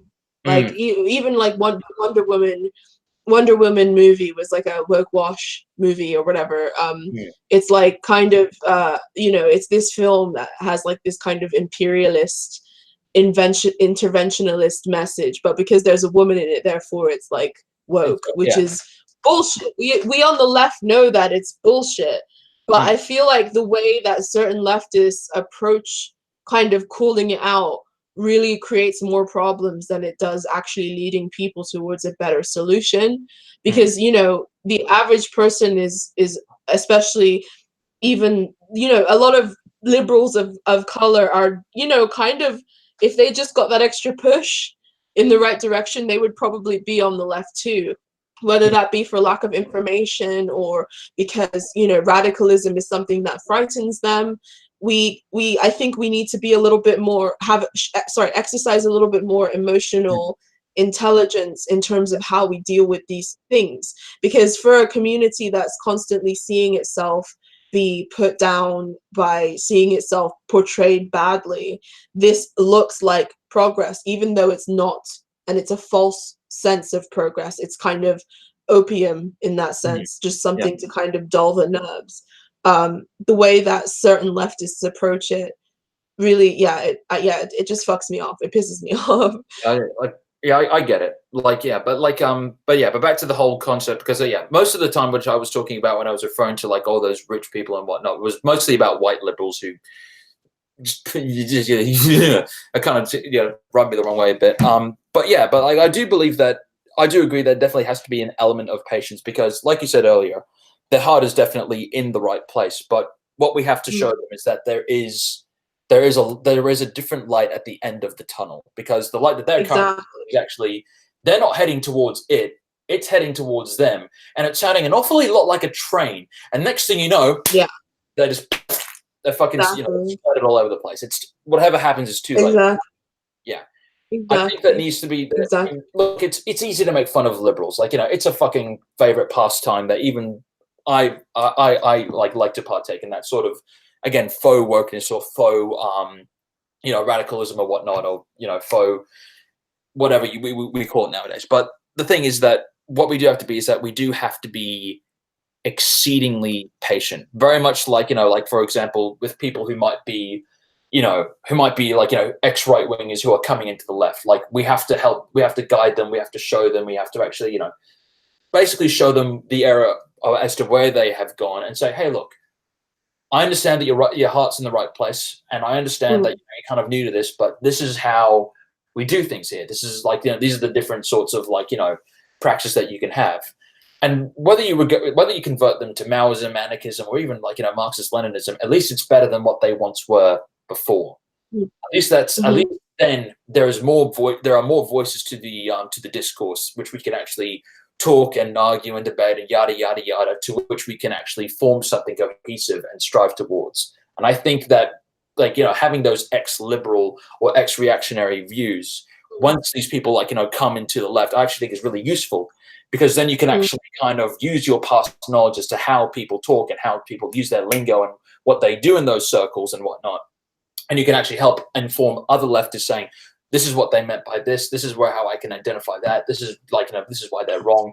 And like, you know, that whole sort of, you know, use of experience from those circles, I think, can actually be really beneficial, because then, like, you know, so the more, like, you know, liberals or reactionaries that we can get recruited into our cause and actually, you know, have them, you know, shift views and actually use their experience from being in those circles, I think would be a huge boon to the left, because then we can actually say, no, this is the bullshit you got to watch out for. This is this guy you have to watch out for. Make sure you don't run into this guy because he's trash, yada, yada, yada, and so on and so forth. We'll, yeah, do all that sort of stuff when we get to it. Yeah, for sure. I mean, it's kind of something that I think about a lot, specifically because, like, you know, people are pivoting all the time. But I see the liberal paradigm as being like more closely aligned with the you know, right-wing paradigm. So I feel like it's kind of rare that liberals pivot to the left, even though it happens.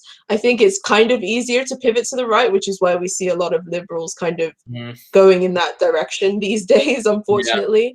But I mean, you know, there's all kinds of things that people say as to why, lack of information, but I still feel like even if, you know, the information was readily available out there, say the left was this like huge culturally relevant thing, left theory was easily accessible, yada yada yada, I still think that there would be liberals, and I still think that there are people that would double down. And I definitely think that there are some liberals that are cynical. I think they know that they're aligned with the status quo and they like the way that things are and they want to keep it that way.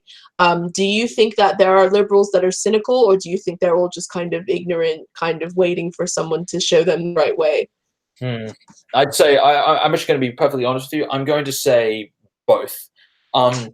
Because again, like, this is the thing which even, actually, I'm going to be perfect. Even members of my family talk about it. Even though my dad's a bit more of a, he's a bit more of a social democrat and whatnot. He says that liberals, in a sense, don't really stand for much. They'll cater to whatever, like, you know, whatever sort of, whatever socialist issue it is of the day. They'll talk about it for a while, and then the second that they've milked it for what it's got, they'll commodify another one.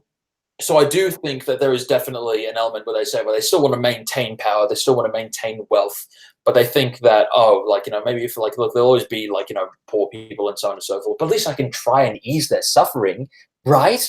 As opposed to just completely trying to eliminate poverty as a concept, for crying out loud. Whereas there are other liberals who are kind of like, again, like, just forward into thinking, no, we have to vote, this is the way it works, because there's a shit ton of, like, you know, propaganda that is forced down your throat from you, like when you're in high school, thinking that, oh, communism is like all this. Haven't you read George Orwell, Animal Farm and whatnot? I mean, even at my high school, we got like it was really interesting because we actually were taught more or less. We weren't necessarily told that communism in itself is a bad thing, but rather that when it is tried, it can be very volatile. And mostly, of course, we looked more at the Bolsheviks and so on and so forth, and we read a lot about George Orwell's 1984. And even in our English class and whatnot, they said, look, Orwell was an anarchist, or like he was a socialist. He was more of a democratic socialist, but he fought fascism and whatnot. But, like, you know, we basically kind of, the genuine consensus is that, look, communism is good in theory, but in praxis, you know, it, you know, leads to totalitarianism, that kind of liberal lie and whatnot. But yeah, like, I think there is definitely there is definitely an element of ignorance to it, but I also would say maybe there are some people who are much more insidious than people give them credit for. So I think we do need to definitely kind of keep an eye out for them as well. Because we can't just go around, it's like, we can't go around sweeping every single liberal under one brush. There is, surprisingly, and there is, there are little tiny bits of liberalism that you can see that must be combated and so on. So, yeah. Definitely, definitely. So thank you for that answer. We are now going to hand the questions over to the chat. Yeah, so while I go through scouting for questions, would you like to plug anything at the moment? Is there anything you're working on or anything you'd like to promote? Anything I'd like to promote? I can't really say much other than my Discord is open to all. If we have less ban happy mods now. But like, if you're like, depending on your practice, whether you're like, ML, anarchist, suck dem or so on and so forth, you're more than happy to swing on by, engage in some quality shit posts, quality discussions and whatnot. I'll put a link on Twitter that you can all join, and you can just have fun there. And we're trying to be as wholesome as possible. I promise. We're trying. We're really, really trying. But yeah, there's also other things which I could talk about. What else? Oh yes, Earthstrike. Another thing which I have to talk about. There is this online movement going on at the moment called Earthstrike, and basically the plan is that we're trying to organize on an international basis to get as much people to participate in a worldwide general strike against climate change and environmental destruction and whatnot. And hopefully we've got people from David Graeber to Noam Bloody Chomsky endorsing us. It is fantastic. So we can if you really want to take a gaze at that, we'd love to have you on board. Other than that, if you can't, please do subscribe to Angie, because she actually does have some really fucking interesting videos. I think she is completely underrated amongst the leftist YouTube. And again, if you're just new to this, coming in right now, and you haven't already subscribed to her, please bloody subscribe to her. She is amazing. Well, thank you so much. That really means a lot. And the Earthstrike thing sounds fascinating. I'll definitely check that out as well. And I highly recommend that everybody else does too. So the first question we have is from Proper Wolfie, and they ask, what work or moment radicalized us? So you can go first. Wow, geez Louise. My political journey is like a fucking is a bloody roller coaster ride. Because initially I really kind of started off as a sort of weird reactionary kind of market libertarian social democrat kind of guy. It was really sort of strange. But eventually, I hung around a lot of right-wing circles and so on. But eventually I just got really fucking disillusioned with both what I perceived to be the left and what I knew was the right. The amount of racism that I fucking saw on the right was just turned me off. Like the amount, the Jew hatred, the hatred towards, black people and so on and so forth, that really just rubbed me the wrong fucking way. And I say this as someone who's worked with indigenous communities and whatnot, even before I became radicalized. That shit just did not rub me the right way at all. So eventually I started reading a lot of individualist literature. Initially I started off reading Nietzsche and Ayn Rand. But then eventually I came across my savior, Max the Milkman Stirner, and The Ego on Its Own, which pretty much pretty much showed to me that Ayn Rand was filled with spooks and so on and so forth. So I just went, okay, well, she's full of crap. And then basically what happened is I started reading more Stirner, and then I started getting involved in more leftist communities online. And then eventually I still kind of was more of an egoist at then, because I thought, communism could still be, big government, totalitarian and whatnot. But then I started to learn a bit more about what socialism truly was. I actually started realizing that there's more to it than just, a vanguard party. There's various forms of socialism. One of the things which I liked was anarchism, which I kind of thought, that sounds all right. That sounds fascinating. I always thought it used to be all about, just, smashing shit and, while drinking a Starbucks latte and basically saying, let's cause chaos. But eventually I just kind of I started reading more about all these, how workers' production, when they own the means of production within their own workforce, they're more productive, they're happier. And it kind of basically started to snowball into an effect where I used to kind of be a bit more of a market socialist to the point where I'm just pretty much a full-on anarchist communist at this point. So like, you know, it was Wolf Zizek with his fucking funny video. I just loved him. He's a fantastic philosopher. He's just like, what I like about him is that he's able to cut right through the bullshit. Then like historical examples from, you know, Maktivist Ukraine, you know, the Catalonia, the Shinmin Autonomous Zone, the Zapatistas, the Rojavins, what they're able to do. And even just like in other genuine like socialist or libertarian socialist like, you know, experiments that have taken place throughout the 20th century is just amazing.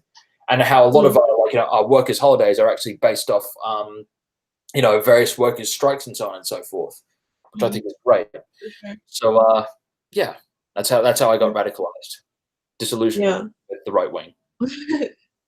Well, for me, I kind of tend to think that it's a little bit easier to radicalize Black people, simply because I guess in certain cases we're a little more closer to the contradictions of capitalism.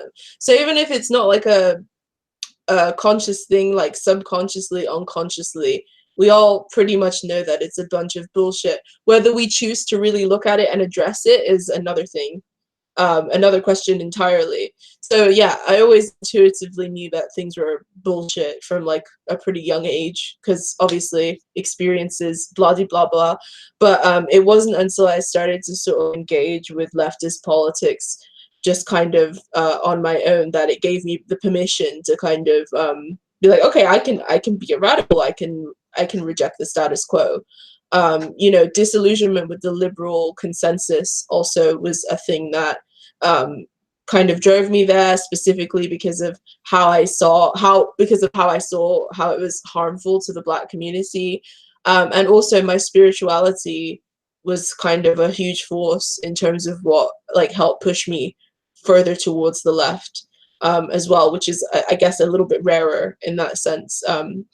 So yeah, that's my journey. The next question is, what is our advice on radicalizing people? And this is from Lorenzo. I honestly don't know. Like, I'm not a radicalizer. I'm an explorer of interesting and weird ideas.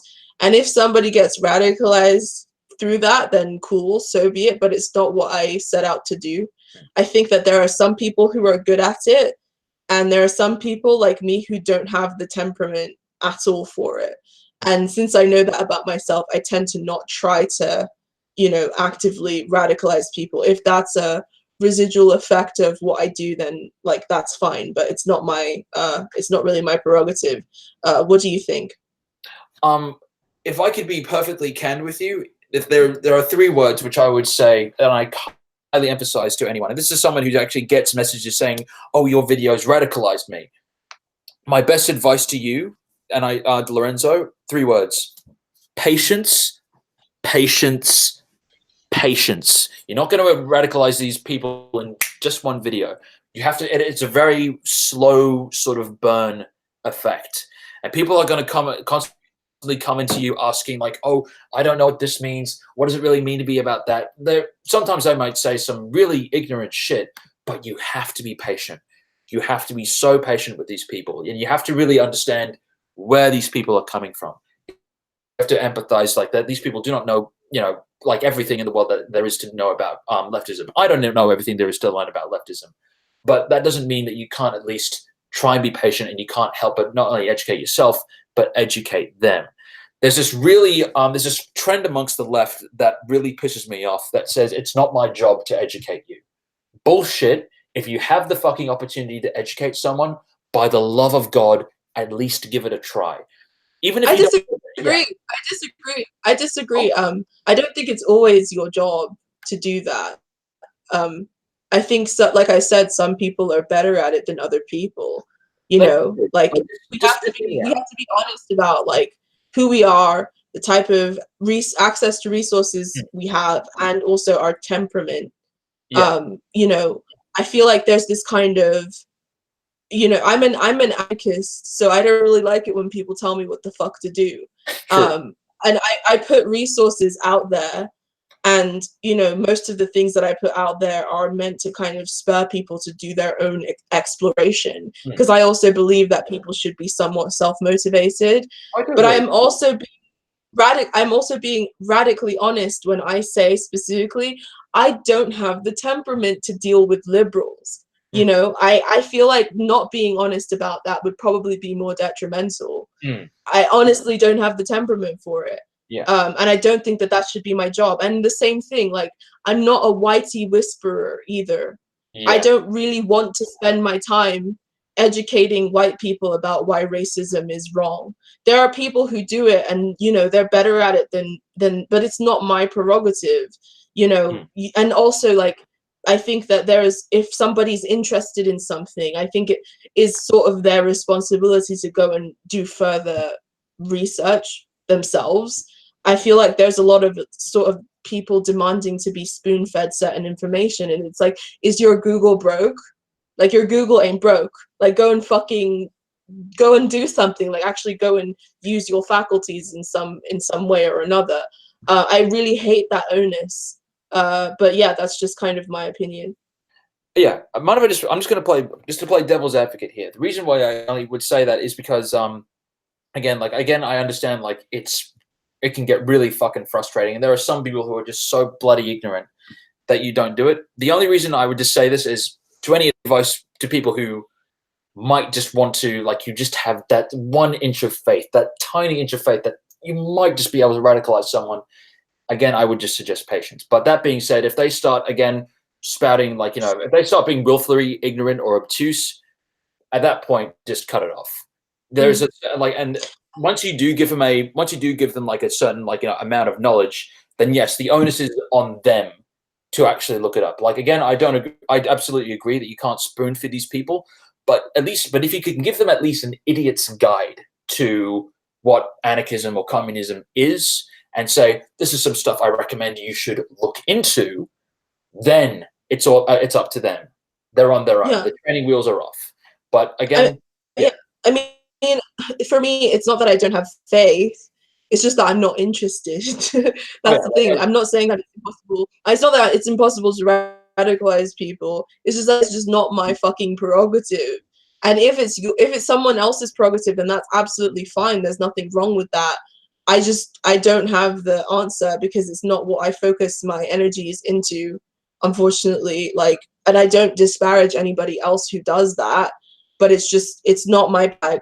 And I feel like there's a lot of stigma towards people who don't actively try to you know, like I said, the stuff that I do I don't go into it with this set purpose in my head of, oh, I want to go and radicalize people. It's more like, I want to fucking explore some interesting ideas. And if that has the effect of, and there have been people who have messaged me and said, oh, you've done like a complete 180 of my entire worldview.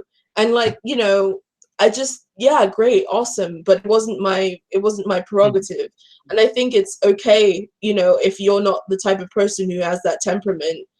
There are many other ways that you could be useful, but to the people who do, like, kudos to you. But, like, not everybody has that kind of temperament, unfortunately. Yeah, I think there's nothing wrong with saying that at all. But like I said, just to address you, Lorenzo, again, that's just my advice. But I think it also, listen to Angie. If you like, you know, don't have the patience, then find other things to do. I think everyone on the left has their own sort of, dare I say, role to play in the grander revolution. Be they, like, you know, be they artists, be they philosophers, be they guys who analyze things, be they entertainers. In order to get the overtone window shifted further to the left, I reckon everyone has their role to play. You have your radicalizers. You have. What was that thing you said? It was fantastic. Whitey whisperers. Yeah, whitey whisperers. I'm using that. That's fantastic. Yeah, like, you have your whitey whisperers. Everyone has their own role to play, and if you can learn to dance the dance, then by all means, Lorenzo, that's what I do. But like I said, my advice: patience. Anyway, next question. Let's do it. So the next question was more of kind of just a thought, but Anarchist Tech Support said, we need leftist narrative entertainment. Sorry to bother you was brilliant, but we need more. Got more? well, it's something that I'm definitely interested in. If I ever get to the point where I can make something, I definitely will. I have a lot of things ticking around in my head, and it's something I'm excited to see more of. Sorry to bother you.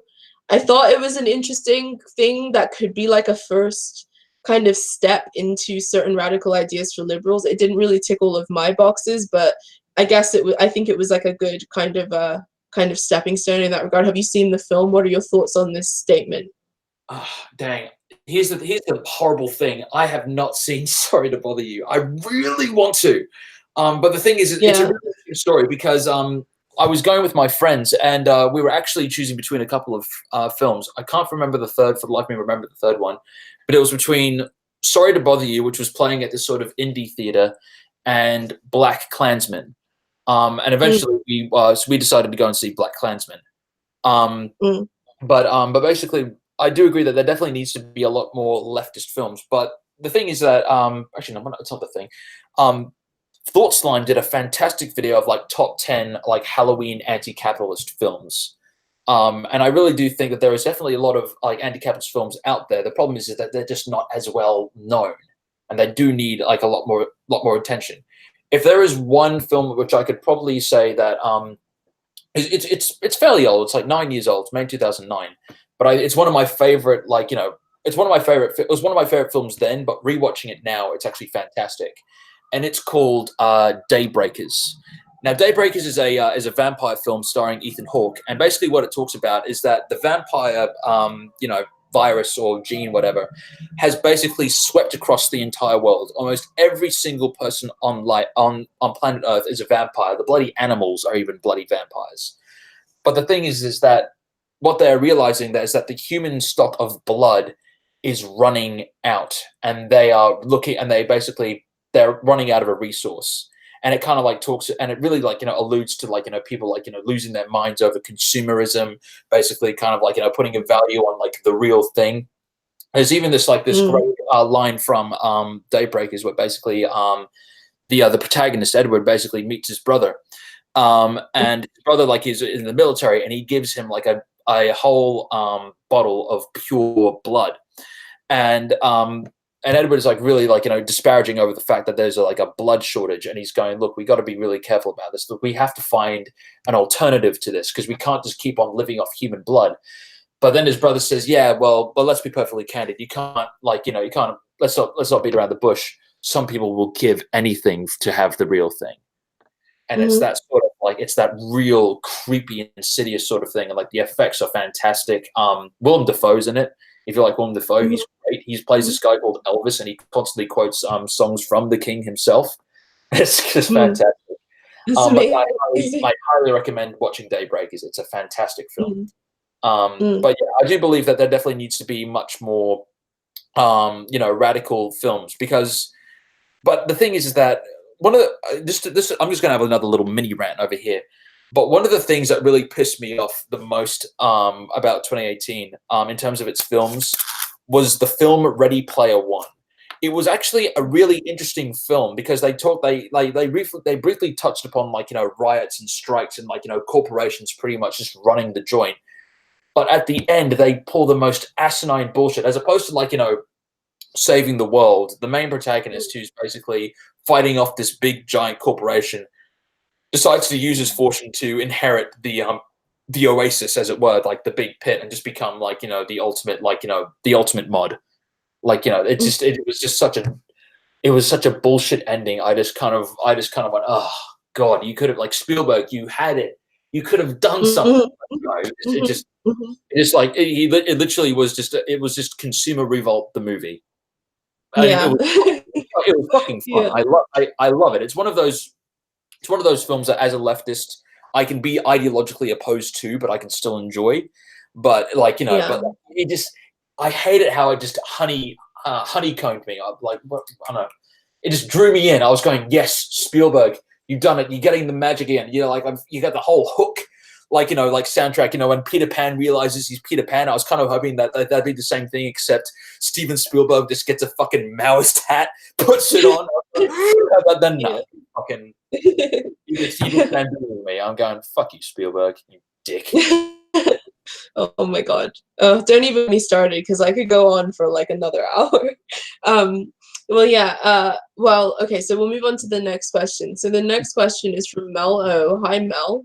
Oh, They say that a lot of anarchists are still bad at acknowledging how inaccessible the politics are for neurodivergent, mentally ill people, ECT. Is this part of what you see with Black liberals? Well, my small caveat to that question is if you see a hole, fill it. I saw a hole on leftist anarchist, online Discord when it came to Black issues. I also saw a hole when it came to kind of exploring the more esoteric spiritual side of things. So I fucking filled it.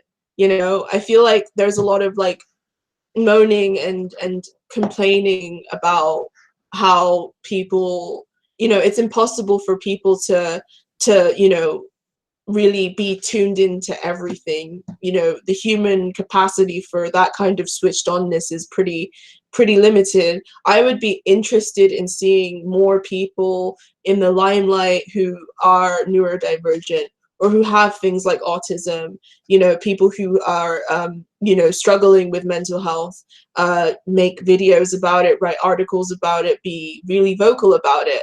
So if you are one of those people, there's a huge void there waiting for you to fill it and to be front and center. I can't expect other people to talk about issues that in a way that's fully satisfying with things that are unique to me, because most of the time people are kind of only talking from their experience / what's like in their peripheral like vision. And that's just like a normal human thing to do. There's a lot of anger and aggression thrown towards people, like when they make a video about X, there'll be people like, oh, well, you didn't mention XXX. And they're not saying that because it would have actually enriched what the person was talking about. They're saying it because they didn't feel personally validated by what the person was saying, which is kind of a counterproductive way of like dealing with things. So I guess my advice in that regard would be, if you see a hole, try and fill it in some way and like make yourself present in that capacity so that you can be a voice for that specific thing. What are your thoughts? pretty much the same thing, but I would I go a step further and even try. And one of the great things about being, in a sense, an e-celeb is the people you meet. I do say that the more amount of people you can actually get into conversations to actually open up about their experience, I think is really good. So because like there's this friend of mine, Lucy, and you can follow her on Twitter at Vienna Commune. She's a great friend of mine. I play D&D with her every single like weekend. She's fantastic. But she kind of she gives us like even though we don't always talk about it as much, she does give insight within her Twitter what it means to like definitely be neurodivergent, to be on the spectrum and so on. And it definitely, yeah, it gives us like more of an insight as to what we can definitely do to improve and how to definitely communicate and how just not to mistreat people who are like who might be neurodivergent or so on and so forth, and like go in assuming that they're lesser and the like.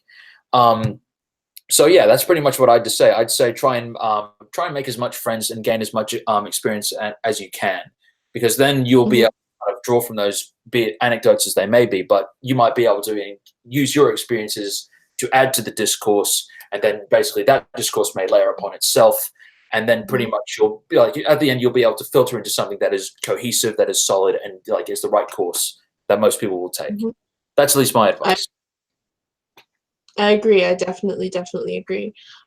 So we have time for one more question. Do you see anything that jumps out at you in the chat? There's anything that jumps out to me in the chat? We got a couple actually. I'm really loving that everyone's coming in. Sure, we can't do 2 questions. Sure, we can do 2 questions. Okay. If you want. This is I know that there was one from Rob. Okay. What was it? He said it was I've got it here somewhere, but I would say it was something about advice on getting trolled and whatnot. Like if you get if you're under pressure and whatnot. It was something about like, yeah, it was something about that. Just saying, what can you do to if you're put under pressure by trolling and so on and so forth? Because, yeah. My best advice to you, if you're getting really trolled, really look into it before you go into a move. This is like someone who's like being involved in a shit ton of drama across YouTube and Twitter. You got to be really careful about this. One of the things which like for example, it can either be something like like as big as like the Crown Tea drama, or it could be as really something as stupid and asinine as the esoteric entity drama. My best advice to you is that once the drama is over, first and foremost, block those people. Just block them. Do not even talk to them ever again. You do not want them just to even pester you or talk to you. Just block them. Don't communicate with them ever again. But as for like dealing with it initially, my best advice is really look into it and don't make any moves until the information actually does come out in full. One of my biggest regrets about the esoteric entity drama, Angie, if you don't, I would say that, are you familiar with who esoteric entity is? No, I'm not at all. Okay, he's basically this this ANCAP furry who loves to quote unquote own the commies with facts and logic. And what he did, yeah, and what he did is that he accused a couple of prominent leftist YouTubers from Thought Slime, Bad Mouse, and Mexi, and even an actual joke, who I recommend you got to have on your show. She's amazing. But basically, they accused us of pedophilia, doxing, and all this other horrible stuff. Yeah. What the fuck? And basically, what happened is that we thought, okay, look, what they were going to do is that they were going to release all this information on this big fucking hard drive called the SAR bomber. Now, a lot of us were kind of going, should we wait to see what they have to do, or can we actually exploit this to our advantage? What we did is that we basically decided to actually go through dirt with what they did and see if what they had to say was anything legitimate. What we found out is that Esoteric Entity and his comrades, including this guy called Blue, basically lie about their opposition. They've done it like, multiple times. They even tried to dox a friend of mine called Democratic Socialist 01. And lie and so on and so forth. And they even impersonated Right Wing Watch. Basically, they created an account and they made the account say all these horrible, horrible slurs, and it was just like, oh dear God, like real classy, dude. Wow. Yeah, and basically then when the SAR bomber dropped, there has been a shitload of drama. Like they said, oh no, we actually have like evidence that they've got like they're hosting porn and whatnot on the unofficial Lefty Poll Discord. Well, the aftermath of the drama is that the unofficial Lefty Poll Discord is still up. The server that they were running got shut down by the Discord people because they were basically using it to raid and record people without permission. There was a shit ton of unfollowers, and people were just completely disillusioned by them at the entire end of it. People were just generally sick and tired of their shit. But the biggest thing is that a lot of the a lot of the stuff that they used in the screenshots, most of it was shit posting and debates about the age of consent. Which is brought about by another bit of leftist drama, which is a subject for another time. Yeah, I mean, Ron can tell you all about it, but yeah, at the end of the day, my advice is to anyone who is who's dealing with drama, look before you leap, because I got to tell you, had I known what was on the SAR bomber, I would never have started this whole fucking drama to begin with. It was a waste of time. It was a waste of my life. It puts unwanted stress on me. Thinking, oh shit, what if what they're saying is actually true, and so on and so forth. But that sort of thing, you have to be really, really, really just you have to take a big step back and say, do I really want to deal with this shit now or not? So yeah, I would just say my best advice: look before you leap, and then choose to whether you address it or not. That's just my opinion. That's really something. I didn't realize how deep it went. It's kind of why my symbol is the Hamza hand. I don't know if you've seen my channel symbol. Yeah. But it's to keep that shit far away from me. And I haven't had that experience yet, and I hope that I never do. but I would definitely get the hexing kit out if I did. All you need is a name, after all. Yeah. So, do you have one more question before we call it a night? Oh, I'm sure that there's someone who's asked a question. I'm sure there's someone who's asked. Oh, come on, there's got to be something here. I actually don't see anything. I think it was no, I don't really see anything. I think that's it. Okay. Yeah. Okay, that's cool. That's cool. We'll call it a night then. Yes. Thank you so much. Thank you so much for coming and hanging out with me today. I know I'm not like fully energetic because I'm battling this like cold and this like No but thank you. Thank you so much for coming. I hope you had a good time, and everybody go check out. I had an absolutely amazing time. I love the conversation, love the discourse. This is the sort of shit that a lot of leftist YouTubers ought to be fucking doing. Just having the discourse, having the debate, having the chat, just having a good old fucking fashion time. Love it. Definitely. Thank you so much for having me on. No problem. You're my last person in the series of chats that I've been doing, so this is the final one, and then I'll be doing another one in a couple of months. So I guess you kind of are the closer in that sense. So thank you so much for coming on, and thanks to everyone in the chat who has stuck through it. Thank you for showing support, and thank you to Ron as well for being the superhero troll police of this.